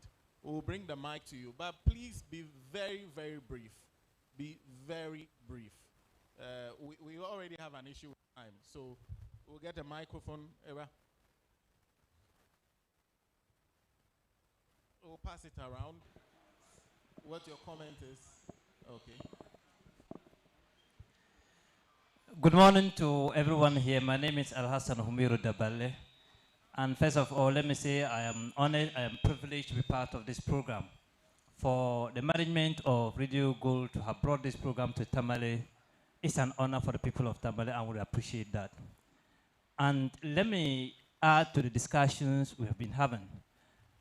I would start by reiterating on the point Comrade Pratt made to the effect that this 2024 election is so crucial to the point that it will define our destiny. And we will be choosing based on the policies the people will present to us. Our economy has so much been shattered that young people have lost hope. The state has failed to create an environment for the young people to realize their dreams and aspirations. And that is how come many of our youths are today involved deeply in gambling, because we have lost faith in what the states can do for us. And that is a serious call for us to wake up and ensure that these elections, nobody plays a fool. Just do not vote and go home. Vote and stay back and ensure that your vote counts. That is very primary. If we fail to do that, then we have failed to take our destiny in our own hands, and it will haunt us forever and ever. I thank you for the privilege. Thank you. Thank you. Raise your hands up. She will find you and give you the mic. All right. So, good afternoon to everybody. Yeah, I'll try to be very brief. Yes, my destiny is a little bit admonished. Obed. Yes, Obed. Yes, I just want to, I think Mrs. Bauer is here. Yes, and I'm going just to answer. Anyway, yeah. Yes, I don't, it's a little bit different. When you go, I think you are closer to the president, like I said. He will be president anyway, for sure, because it has never been, yes. It has never been certain, I mean, the history of our country, that after an election, 2020, you are so sure as to who is going to be the next president. It was very certain. The issue is, how prepared is he as he's coming? How really prepared? I know, as we all know that he'll be, I know people are waiting to take advantage of the situations. People are willing, whether it's party executives, whether it's party, especially the party chairman, party organizers, party regional, whatever. People are ready to do or take advantage, like we are seeing in this particular administration. The reason why the failure is that people are underground and trying to do what? Take advantage of situations and causing everyone. So when you go, I just want to he should just put his mind on the ground and be very, very careful. The people he allows into his what? Inner circles, which when he gets there, they are going to drag him down. For that one, if it happens, we are going to make it very difficult for him. We'll make things very difficult for him. If he plays like the way this man is playing, it's not going to be easy. So people that are getting on board because this looks a bit rosy, it looks like it's possible he will be president. So what can I do so that when the time comes, I also get my share. I don't think it should be like that. So that's just my little this and that. Thank you. Yeah, I Thank want you. to. Yeah. Thank you, Obed. So a question for Mrs. Mukhtari. How prepared is the former president? Hello, good morning. Good morning. You are all welcome. Thank you. My name is Issa Sumani, a former broadcaster. A broadcaster. I want to say that Ghana, our problem is jealousy. Jealousy, wicked, greed, and selfish. Why I say that? Why I say that? Because look at things that have gone all around. We have good policies in Ghana. We lay good policies, but we don't work to it. I have been wondering why you have NORIB, URADEP, FASCOM. All these are good policies for us. What Kosi Pratt said, we have to take our destiny into our own hands, in the sense that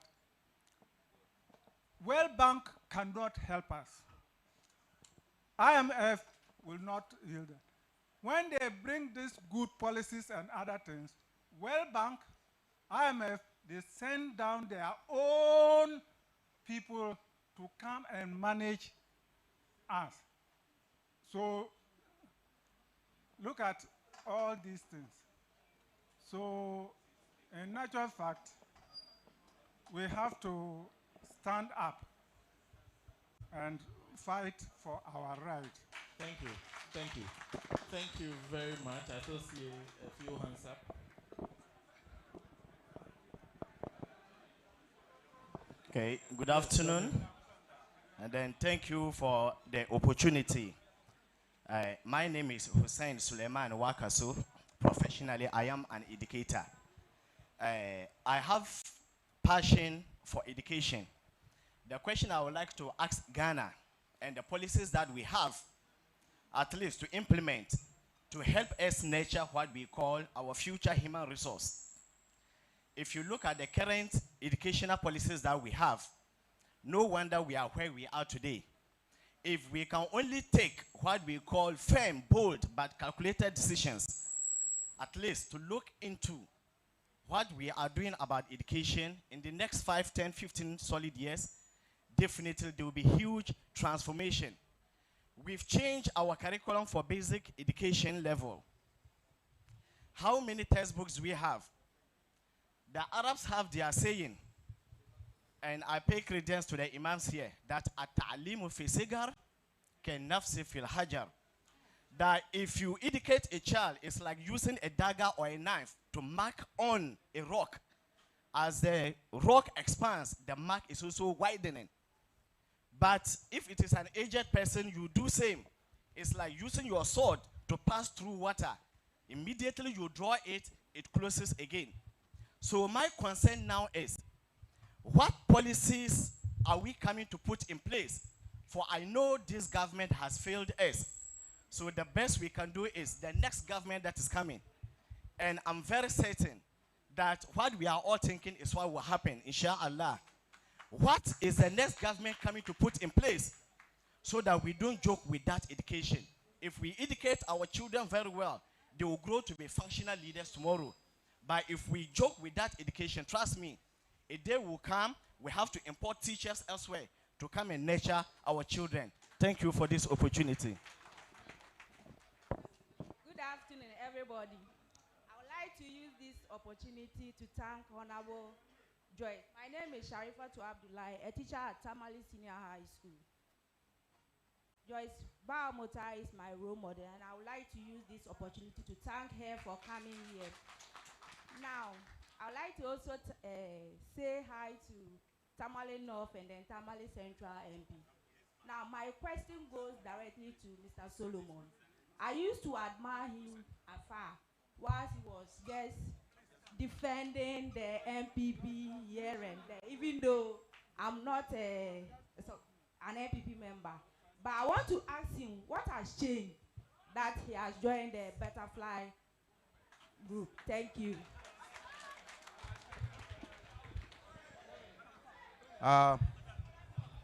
Yeah, we are in the afternoon section now. I have a name I cannot mention. Because if I mention the name, it will go far. A lot of people know me here, and if I mention that name, all of them will be saying, this man came out and spoke.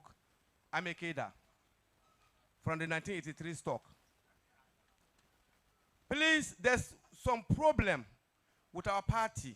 That is the NDC. The problem is, we are looking at other people, which Rollins told us long ago. These people started in 1947. You are starting only in 1992. And you want to merge them. You can't reach them. They are far ahead of you. The days of 1969, I can remember. They are talking of your breakages already. Hello? Hello? 1969. Even though I was a student, but I voted. And what I know then was that whether you belong to their party or not, you are previewed to their manifesto and you could ask questions. This time we don't do that. You can't go to their rally and ask them a question. So they'll get away with it. And this is exactly what we are realizing now in Ghana. You can't ask anybody when he says that, like Solo said, they were coming to do this. I cannot ask Solo now when they come on their platform, because if I go there, they will chase me away. They know I belong to NDC. And that is the problem, the cracks of it in Ghana. Comrade Kwesi Pratt, you believe this, and you know it. That this was what was prevailing this day. This time it doesn't happen. I remember very well, just around Legion, that MPP held their rally, and this economist, Kwesi Pratt, they ask him so many questions. This time we can't ask those questions. Why? And that's our problem. Thank you very much. So we must look at that. Okay. Hello. My name is Basharu Al-Hassan Dabale. I want to thank TV Africa, ALHAJI Pan-Africa, for bringing ALHAJI to Tamale. Really listen to our panelists. One thing I am not all that confident with is our MPs. They have helped MPP in one way or the other to destroy our economy of this country. Because the bills which are passed in Parliament could have not been done without the support of our MPs. It looks like you wash my back and I also wash your front. All the political parties, when they come to power, it looks like they are going to do the same thing. But I'm taking the words of Honorable Suhuyini Tamale North. Suhuyini said the next NDC government will not let all the looting of MPP go unpunished. Suhuyini, I know we'll ask you one day when NDC comes to power. And my second issue is, I'm directing this to Joyce Mukhtar Bawa. We have a lot of trained nurses for the past years who are still at home. And some of them are doing some petty trading. What will the NDC government do for this particular trained nurses? Thank you.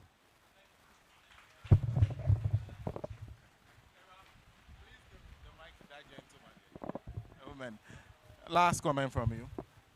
Thank you so much. My name is Kola Ikisini from Tamale North constituency. I have a question and a quick comment. The question is directed to Honorable Mutala Idisu. Mutala Ibrahim. Sorry, Mutala Ibrahim, sorry. MP for Tamale Central. When I was listening to him, I had a feeling that I was in a political lecture hall. So interesting. I didn't even want him to stop. But then, he gave a history, political history, a very short political history. And he alluded to a point that, or the fact that our problem as a country is our constitution. But then, the same constitution, if you take the 1992, the fourth Republican democracy, we have run the same constitution across 4 presidents. I don't know why just opposing what we used to feel in the throughout the four presidents as against what we are feeling now. What has changed? That is one. The quick comment goes to Honorable Mutala again, and Honorable Alasan Suhini, and Madam Joyce, because these 3 representatives are all coming from the NDC, where I belong. I want to get an assurance from any one of them, because if you look up to them or you reflect onto them, you see the picture of the youth in them. And you will definitely have the feeling that the youth is being represented in the NDC.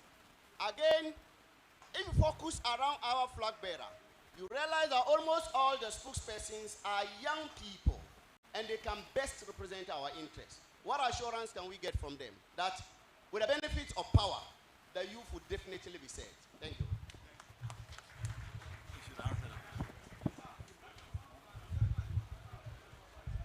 Okay, there are specific questions. Okay, yeah, that's fine. Okay, I hope you remember the 2 questions that are going directly to Oh, yes. from him. Okay. Before I respond to the specific question, before we started, because I spoke first, I introduced some distinguished personalities, and most importantly, our chiefs who were here with us. And I did promise that as and when I get the names of the other traditional leaders, I would do the needful by introducing them. So I just want to introduce the few that they have given to me again. We have Nyabakamvele Paumo Na. He is also here with us. Nyabe Swana, he is also here with us. Nyabe Zonglana, he is here with us. Nyabe Zonglana is also a member of the Council of State who is here with us. So we have very distinguished personalities who are here with us. And that buttresses the point that we are profoundly grateful that this program is being had here. Our big brother, ALHAJI Ibrahim. In fact, he has a very long name. MB, I can't even remember the other letters in it. Who is like a godfather to most of us young people, particularly within the NDC. 2 specific questions have been asked. The one is that looking around, those of us who are representing the NDC on this program happen to be in the brackets of young people. What do we have as an assurance to young people who are not necessarily, I guess, in NDC, but young people in this country? What I can say is that I am a member of the NDC Manifesto Committee on Trade and Industries, and I do know the kind of policy proposals that are captured in the document that I have been an active participant in working on for young people in this country. We live in a country where you had graduates unemployed. You remember, under the NDC, when unemployment rate was just a little over 8%. Ironically, unemployment is getting to 14%. We do not have graduates unemployed, so clearly it was political. The kind of policy interventions that are being proposed by the NDC are not only going to create just temporary jobs, but meaningful jobs in the area of agriculture, in the area of entrepreneurship, in the area of even processing. And we are doing what we call the linkages because as policy intervention, there should be policy linkages. What you are doing at the Ministry of Trade should have a bearing on Ministry of Health, should have a bearing on Ministry of Agri, should have a bearing on Ministry of Health. So that chain has a potential of creating a lot of jobs. I may not be able to expatiate profoundly on some of the issues because of the time that is limited. But one thing I can assure you, the NDC was able to maintain the unemployment level just around 8%. And these people have taken it beyond that. So what we did, some of the policy interventions, our policy interventions we are going to be building upon. So I can assure you that there will be permanent jobs for young people in this country. I think the other question you asked has to do with, if I remember, change of the constitution. I didn't say that the problem is just the constitution. I said partly the constitution was also an inselberg that denies parliament the opportunity to be independent. I can tie that to my senior brother suggesting that he has lost confidence in some of the MPs. One thing I can tell my senior brother, and you can check in the Hansard, every tax, every budget under the NPP from 2020 since I went to parliament, I've always voted against it. I have voted against every policy intervention, and I guess my brother also did some policy intervention, any taxation.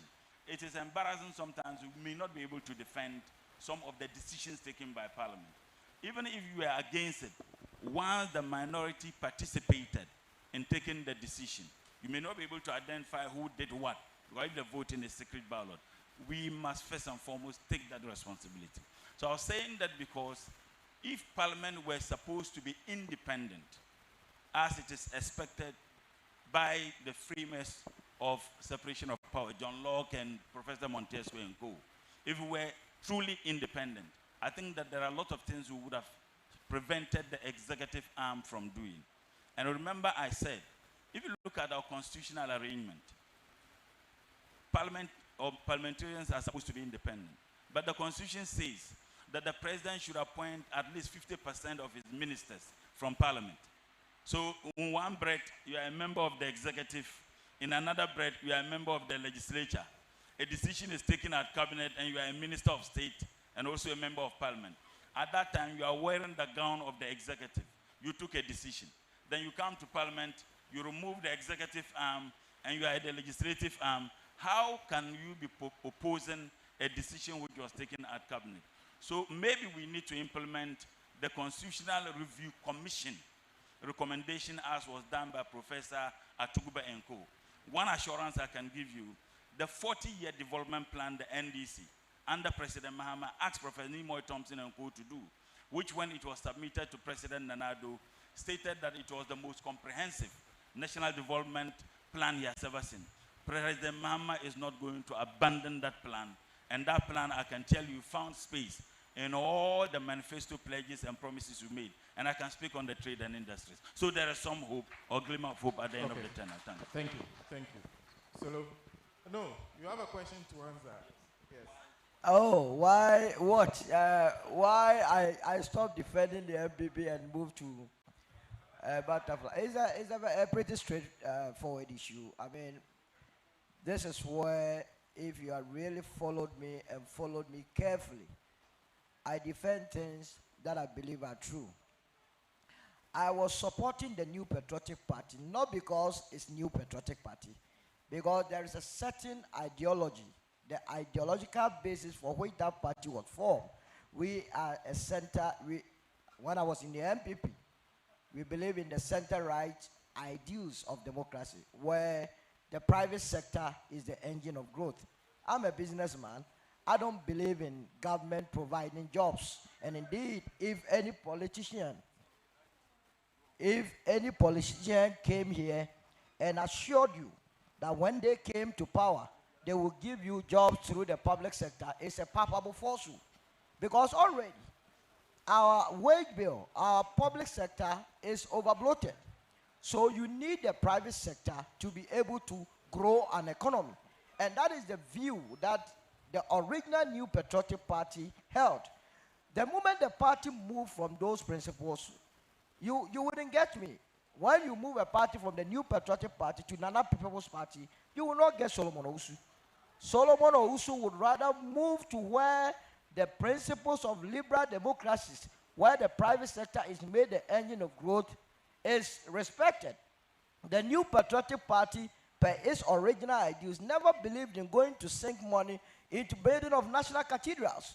When people are suffering, when interest rate is at all-time high, and as a child that has supported this party all this while, you come and tell me that I should support that. I won't do that. Again, the principles of the New Patriotic Party does not suggest that you go and invest 2 billion Ghana cedis into NAPCO when businesses are looking for soft loans to build their economies. When you do that, you wouldn't get me. So I moved from the New Patriotic Party to be with the movement, not because I love Mr. Alan Chamati. Like I've said severally, that the day Mr. Alan Chamati will move from the ideals and principles that binds us together, I'm out. And that is why I did not join the National Democratic Congress, because I don't believe in the ideas and principles of the NDC. Let me also use this opportunity, because those that have spoken are making it look as though those that are in this hall are NDC members only. I can tell you that there are a huge number of Movement for Change supporters that are available here. I can see that. I can assure you that the Movement for Change numbers that are in this hall, that I know, outnumber the NDC supporters that are here. So people must not be overconfident to think that the elections that are going to take place in 2024 is going to be a matter between NDC and MPP. Alan surely will prevail. Thank you. Thank you. Thank you. All right. Let me continue from where my big brother, Comrade Mutala, left off. I mean, he was tasked to do the introductions and the acknowledgement of dignitaries. It has just come to our attention, and like he apologized even before he started, that it was not possible to capture everybody who is important in the acknowledgement. But what we want you to be rest assured of is that we are so grateful, and we consider everyone who has made time to come here very, very important. And your presence here has indeed beautified, that ceremony. God bless all of you. Nyabshishena is here as well. In the earlier acknowledgements, he was missed, and it wasn't deliberate. It's just the human factor. We are so blessed to have you in our midst today. May God continue to promote the reigns of our chiefs and make their rulership beneficiary. Benefit their following. Thank you very much. Now, to the specific questions. Well, I need to also acknowledge the presence of the regional vice chairman of the NDC in the person of General Amin. Yes, thank you very much for coming. What has changed? I mean, it's an issue I will want to touch on with regards to how we have operated our constitution in the past. I am one of the people who believe that our problems as a country has very little to do with the text of our constitution. And that's not to say that there is no need for some amendments of the constitution. I may be yielding to some amendments, but I do not think that those amendments by themselves can make any significant difference if we continue to put people who are indisciplined, who are not law-abiding, and who think they are smarter than all of us in office. I mean, this issue of the problems with our constitution have been discussed for so many years, but it has become prominent of late because we are all witnessing the level of abuses that we never imagined that anybody will be bold enough to engage in. So it is not more about a weakness of a constitution. It is more about the weakness of the character of the people that you put in office. Because why? You had President Rawlings, who was supposed to even be a military dictator, so-called. But he did not abuse the constitution in the way that Nana Akufo-Addo is abusing the constitution. Because there was that character, there was that morality that guided what he and his government did. And so even if we do a constitutional amendment and we still put in disciplined people, people without character, people without scruple in office, those people will still find a way to abuse whatever text that you come out with as a constitution. So character is key. The character of the people we put into office. Yes, there's no ceiling for how many ministers a president can appoint. But which president has ever appointed more than 120? Because morally, presidents in the past always thought it's not nice, it's not right. But when you put one with a weak moral in office, this is what you get, 128. Yes, no ceiling for appointment for Supreme Court judges. But in the past, did president abuse it? No.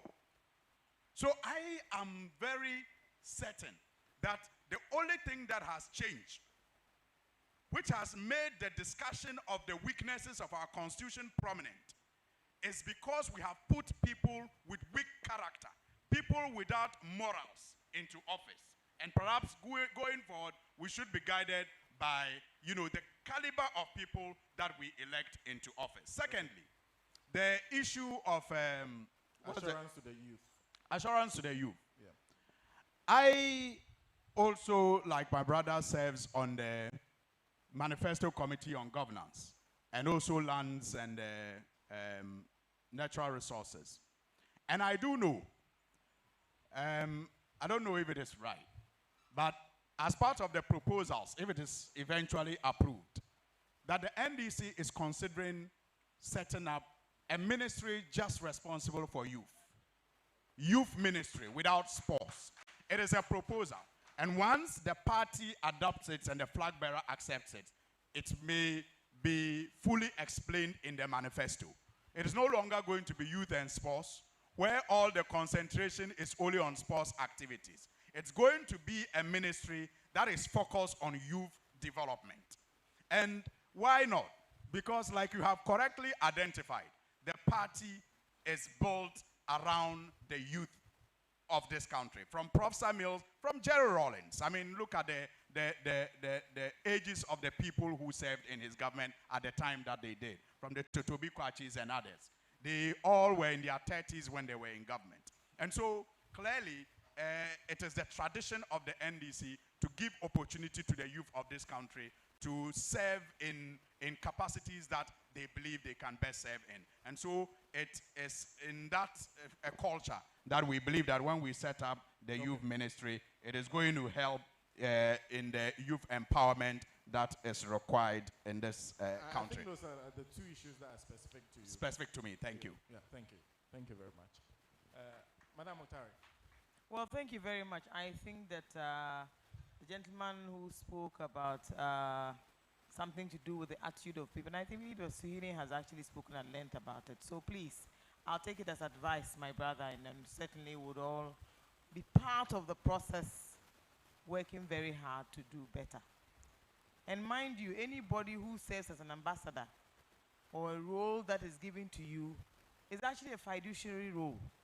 And you are holding it in trust for the people who elected you into office. I think this is a rule of thumb, and it's something that as citizens, we must always remind our members of parliament, remind our leaders, because of course, governance also is important.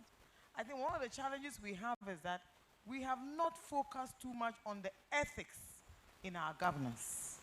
We run the elections, we win, we run our campaigns, we win, but most often than not, the tenets of the ethics of the campaign is where I think that we are not doing too well to hold persons who actually promise certain things, run on a certain campaign message. We don't hold them accountable for the promises that they make. And Uncle here mentioned the challenges to do with nurses and the fact that they are at home and not being posted. Uncle, we were here in 2016 when my boss was chased out of a nursing training institute. And the mantra at the time was that what? Doctors are suffering, nurses are suffering, everybody is suffering. I have a medical doctor who is one of my younger sisters. Most of you here know her. She is still struggling even to find decent accommodation. She works 24 hours, round the clock. She's a specialist gynecologist, but her life is no better. It's the same with all the nurses. When President Mahama and the NDC tried very hard to build all these nursing facilities, the hospitals, the CHIP compounds and all of that. And then of course, there was also a decision that we should take away the allowances to enable more institutions train additional nurses for our hospital facilities. Even that one became a very partisan issue and was politicized. But the question I want to ask is that, why are the nurses not screaming at this government like they used to do in the past? That their postings have delayed, their allowances are not forthcoming. So these are things that sometimes I probably find it very difficult to understand. But yes, I'll take that on board and we'll find out from the Nurses and Midwifery Association what exactly the problem is. But I know that there's nothing. It's just bureaucracy. It's overly partisan ways of doing these things. So if you are not from a certain part of the country, if you are not part of the nepotism that we are all speaking of, chances are that your promotions, your transfers, your letters of appointment and all of those things will be delayed. But what is happening? There's a huge brain drain. A lot of our nurses who will be manning these facilities are fleeing the country in droves. Even now, most of these jurisdictions are asking them to even write qualifying exams before they can be given these opportunities. So please, my sisters and brothers who are in the nursing fraternity, patience. Just pick up your voter ID card, look at it very carefully, and say a prayer. Start counting the days until December 2024. Make an informed decision and vote wisely. Make sure that nobody makes you a pawn in this game of politics. I think sometimes that's what we forget. We've just heard that our brother has gone to Northeast to commission an AstroTurf at the cost of 2.5 million Ghana cedis. Vet these figures and find out why some of these allowances are not being paid.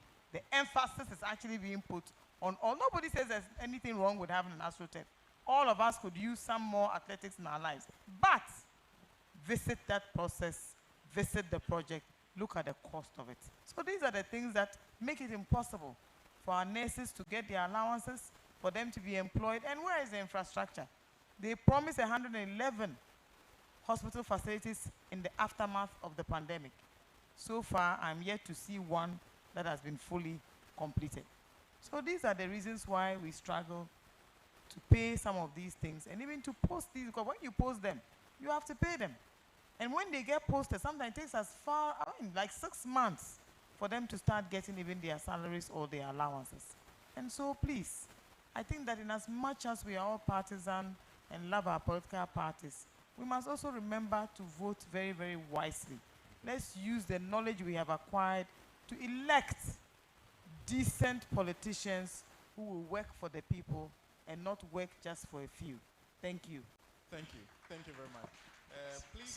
Sena, if you could allow me to, as an MP, just 2 minutes before so Uncle that Kwesi wraps up. Yeah, okay. The issue about the MPs collaborating with this government to, inflict whatever hardship people are going through. I know it is a tempting conversation that I'm starting, and I just hope that Uncle Kwesi will not jump into that conversation. But you see, to be fair, like my brother Mutala said, we have experienced 2 terms of parliament under the NPP, and sometimes we confuse the 2 parliaments. So we had the 7th parliament. In the 7th parliament, the NPP had an absolute majority. Absolute majority. And in that parliament, that was from 2017 to 2020, they had an absolute majority. So all we could do was live to that common cliche that the majority will have their way and the minority will have their say. Because at that time, they were more than us by about 40, 60. So 60, we couldn't do anything. And if you go and check the Hansard, almost every policy that they implemented from 2017 to 2020, including the borrowing, the debt, we opposed, we spoke against them. But we didn't have the numbers to stop them because it was just impossible, 60 plus against us. So in that period, the NDC spoke against the policies that were, implemented, but didn't have the power to stop them. Then the second parliament, the 2020 to now, again, let us be very sincere. They had 137 plus an independent member of parliament, making them 138. And then we have 137. To be honest, we have 136 or 7. Because at some point, they managed to make it impossible for the Assin North member of parliament to be with us. So it was either 136, 137, depending on the time. And when we oppose it, it is the first time that we have rejected a government budget in the Fourth Republic. When we rejected the budget, because they were not expecting it, the following day, they marshaled their 138 and came and passed it. So even when we stood against it, even if we were there to stand against it, they would have still passed it. And that has been the case with many, many policies. Many policies. We will, just like the budget that has been passed recently, we oppose every tax measure until 3 a.m. that day. But they had more numbers than us in the House. They managed to get all their 138 there. All their 138 were there. So even if we brought all our 136 or 7, that night they were ready to pass it.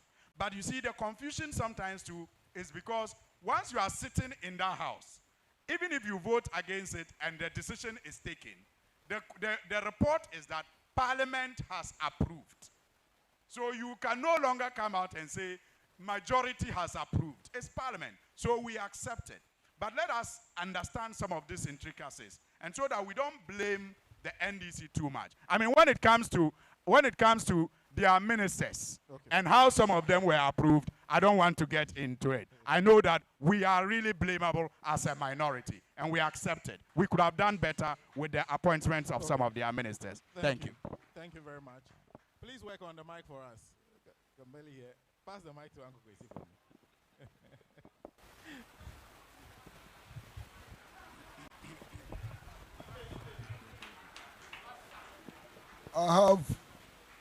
I have some small advice for my brother, Honorable Suhini, with whom I've worked for so long and for whom I have a lot of respect. Please don't try to answer everything. If you try to answer everything, you fall into a ditch. If you try to answer everything, you will fall into a ditch. First and foremost, this 138, 137, where is it coming from? You have 138, 137, because of some strange ruling by the Speaker of Parliament, which you did not oppose. You know that on the proper reading of your standing orders, the Constitution and everything, they could not have had 138. One of the key things in our Constitution is that you cannot cross carpet. An independent cannot become MPP. And so, but you allowed it to happen. You can't justify anything by saying 138 against 137, because there's a problem. I'm even finding it very strange that in a hung parliament like this, you have managed to accept that you are in a minority and they are in a majority. I find it very strange. Our standing orders were written on the assumption of a majority and a minority. When you have a situation such as this, It only calls for imagination and innovation.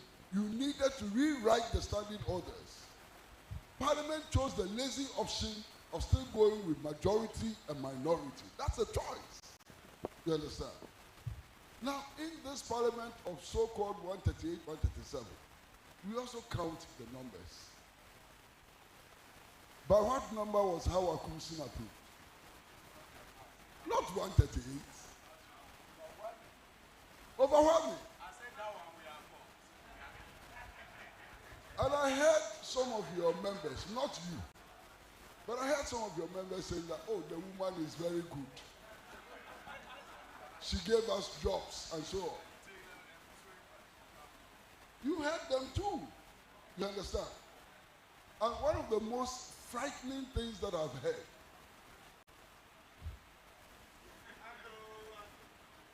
is that, oh, you see, if you don't approve the budget, there will be suffering in the land. It may lead to a coup. And if there is a coup, we will not come to power. Is there anybody here who is going to say they haven't heard this? Anybody who wants to speak the truth who is going to say they haven't heard this? So all you care about is to come to power. My friend, we don't care whether you come to power or not. We want problems solved. We want the people of Ghana to feel comfortable and so on. So your coming to power is irrelevant. And unless our politicians show this eye redness, unless our politicians show that, look, whatever it takes, we want change, we will not get change. The forces we are dealing with, they are not like you.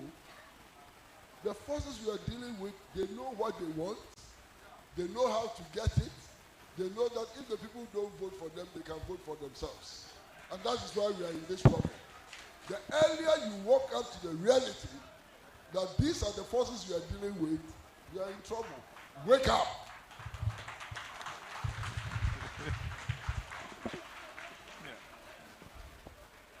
Unfortunately, I have an assignment at 4 o'clock in Accra, and I have to run. I'd like to, on behalf of Pan-African Television and also on behalf of Radio Gold, thank you all very much for coming to this assembly of persons who want to see their country move forward. We thank you very much. And we'll be coming to Tamale again and again and again. We would like to thank also the 2 MPs for their exceptional contribution to making this possible.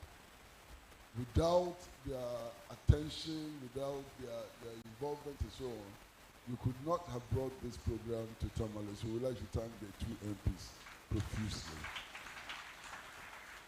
Then, of course, we thank everybody who's here. Solo, Solo the butterfly, and my own sister, for being here. One of the issues we've not been able to discuss in detail, and I feel very bad about that, is the issue of Palestine. Palestine is important for many reasons. And again, we'd like to thank the FEMA for leading the Solidarity March in Tamale. And if many people follow his leadership example, we are sure that justice will one day come to Palestine. Now, Israel went into Gaza for the purpose of uprooting Hamas. After close to 4 months of the Israeli incursion into Gaza, it has managed to kill only one Hamas leader. Only one. Out of nearly 22,000 people who have been killed. Of the 22,000 people who have been killed, more than 50% are women. Another 30% are children. And as of yesterday's estimate, there are about 10,000 Palestinians who cannot be found. They are missing, and it is presumed that they are also dead. The bombs which Israel has dropped on Gaza, a small coastal strip, is far more bigger than the bombs dropped by the United States of America on Hiroshima and Nagasaki, the worst catastrophes in the world. In fact, all the estimates show that what is happening in Ghana is the worst in history. Indeed, 2 days ago, the president of Turkey, Erdogan, said that Hitler himself would be very proud of Netanyahu because Netanyahu has succeeded Hitler and so on. Now, Israel is the only country in the world which doesn't have a permanent border. You know why? Because every day they steal land. And every day they steal land, they extend their border. They don't have a permanent border. Now, if you're a Palestinian, and because of Israeli atrocities, you have gone into exile, you have no right of return.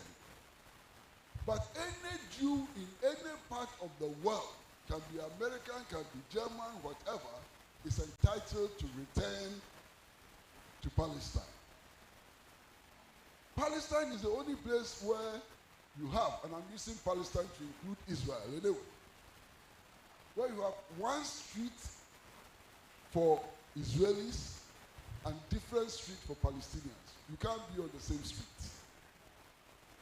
You understand? Now, some people tend to think that what is happening there is a religious war between Muslims and Jews. 2 days ago, I heard the Pope of the Catholic Church denouncing the atrocities that are being committed by Israel. Today at dawn, when I woke up, there was a Palestinian Christian saying that the Christians and the Muslims are one in this struggle, and that they are bombing churches and they are bombing mosques. They are killing Christians, they are killing Muslims. They don't differentiate. In any case, those of you who know the Quran better than I do, you know that as far as Muslims are concerned, Jesus is a Nabi Isa. Islam accepts Jesus as a prophet of God. Judaism does not accept Jesus as a prophet of God. In fact, Judaism sees Christianity as adultery. Okay? And you know all that. What is happening in Palestine is apartheid colonial occupation, worse than what happened in South Africa. And indeed, we have to understand that when we Africans were fighting against apartheid in South Africa, Israel was supporting apartheid. Israel was supporting apartheid. It was Yasser Arafat who was with us in that struggle. So the struggle in Palestine is our struggle. It is not surprising that America is supporting Israel. It is not surprising at all. Because America and Israel are Dukadaya. You understand? Let me explain. America was built by settlers. They were Europeans who went to America, which was inhabited by the Indians. They killed the Indians like rats to be able to steal their land. Okay? And they imposed settler colonialism. America is a racist country. It is within my lifetime that black and white people can sit anywhere in the bus in the United States of America. I was in secondary school when this woman, Rosa Parks, organized that demonstration, which led to a situation where black and white people were allowed to sit anywhere in the bus. Otherwise, if you enter a bus, there's a place for black people and a place for white people. The Black Lives Matter movement and so on shows the extent to which the United States of America employs racism against black people, against Chicanos, against Latinos, and so on. So are we surprised that the United States is supporting Israel? They are the same. Huh? They follow the same policies and so on. But let's be clear, you cannot be a true Muslim if you don't stand against Israel. Because the killing of innocent women and children is something that the Quran would never support. It's something that a true Muslim would never support. You cannot be a true Christian if you support Israel. In fact, you cannot have humanity if you support Israel. So it is our duty as human beings, it's our duty as Muslims, it's our duty as Christians to stand shoulder to shoulder with the Palestinian people and to be assured that this war will be won by the Palestinian people. In fact, they're already winning the war, and they will win the war. Thank you all very much. Thank you. Thank you. In fact, that concludes it. Thank you, Comrade Kwesi Pratt Jr., who is General Secretary of the Socialist Movement of Ghana. And of course, a big thank you to Comrade Ibrahim Murtala Mohammed. I keep calling him Comrade because that is how he prefers to be called. He doesn't mind honorable, but if you call him Comrade, we'll be very happy. He's Member of Parliament for Tamale Central. And of course, a big thank you to Solomon Owusu. Somebody asked, the butterfly flew with you to Tamale. They never knew a butterfly could cover that distance. Always wonderful having you, Solo. Thank you. Thank you very much. And of course, bigger thank you to...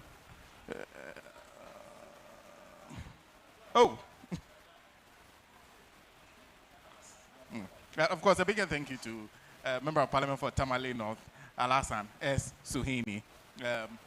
My senior when I arrived at Radio Gold. I remember he told me something. One time he met me and he said, I told them you'll be really good. It was because something had happened there and reminded me of that. I never forget that thing you said. And always a pleasure having Joyce Bar Mukhtar Esquire on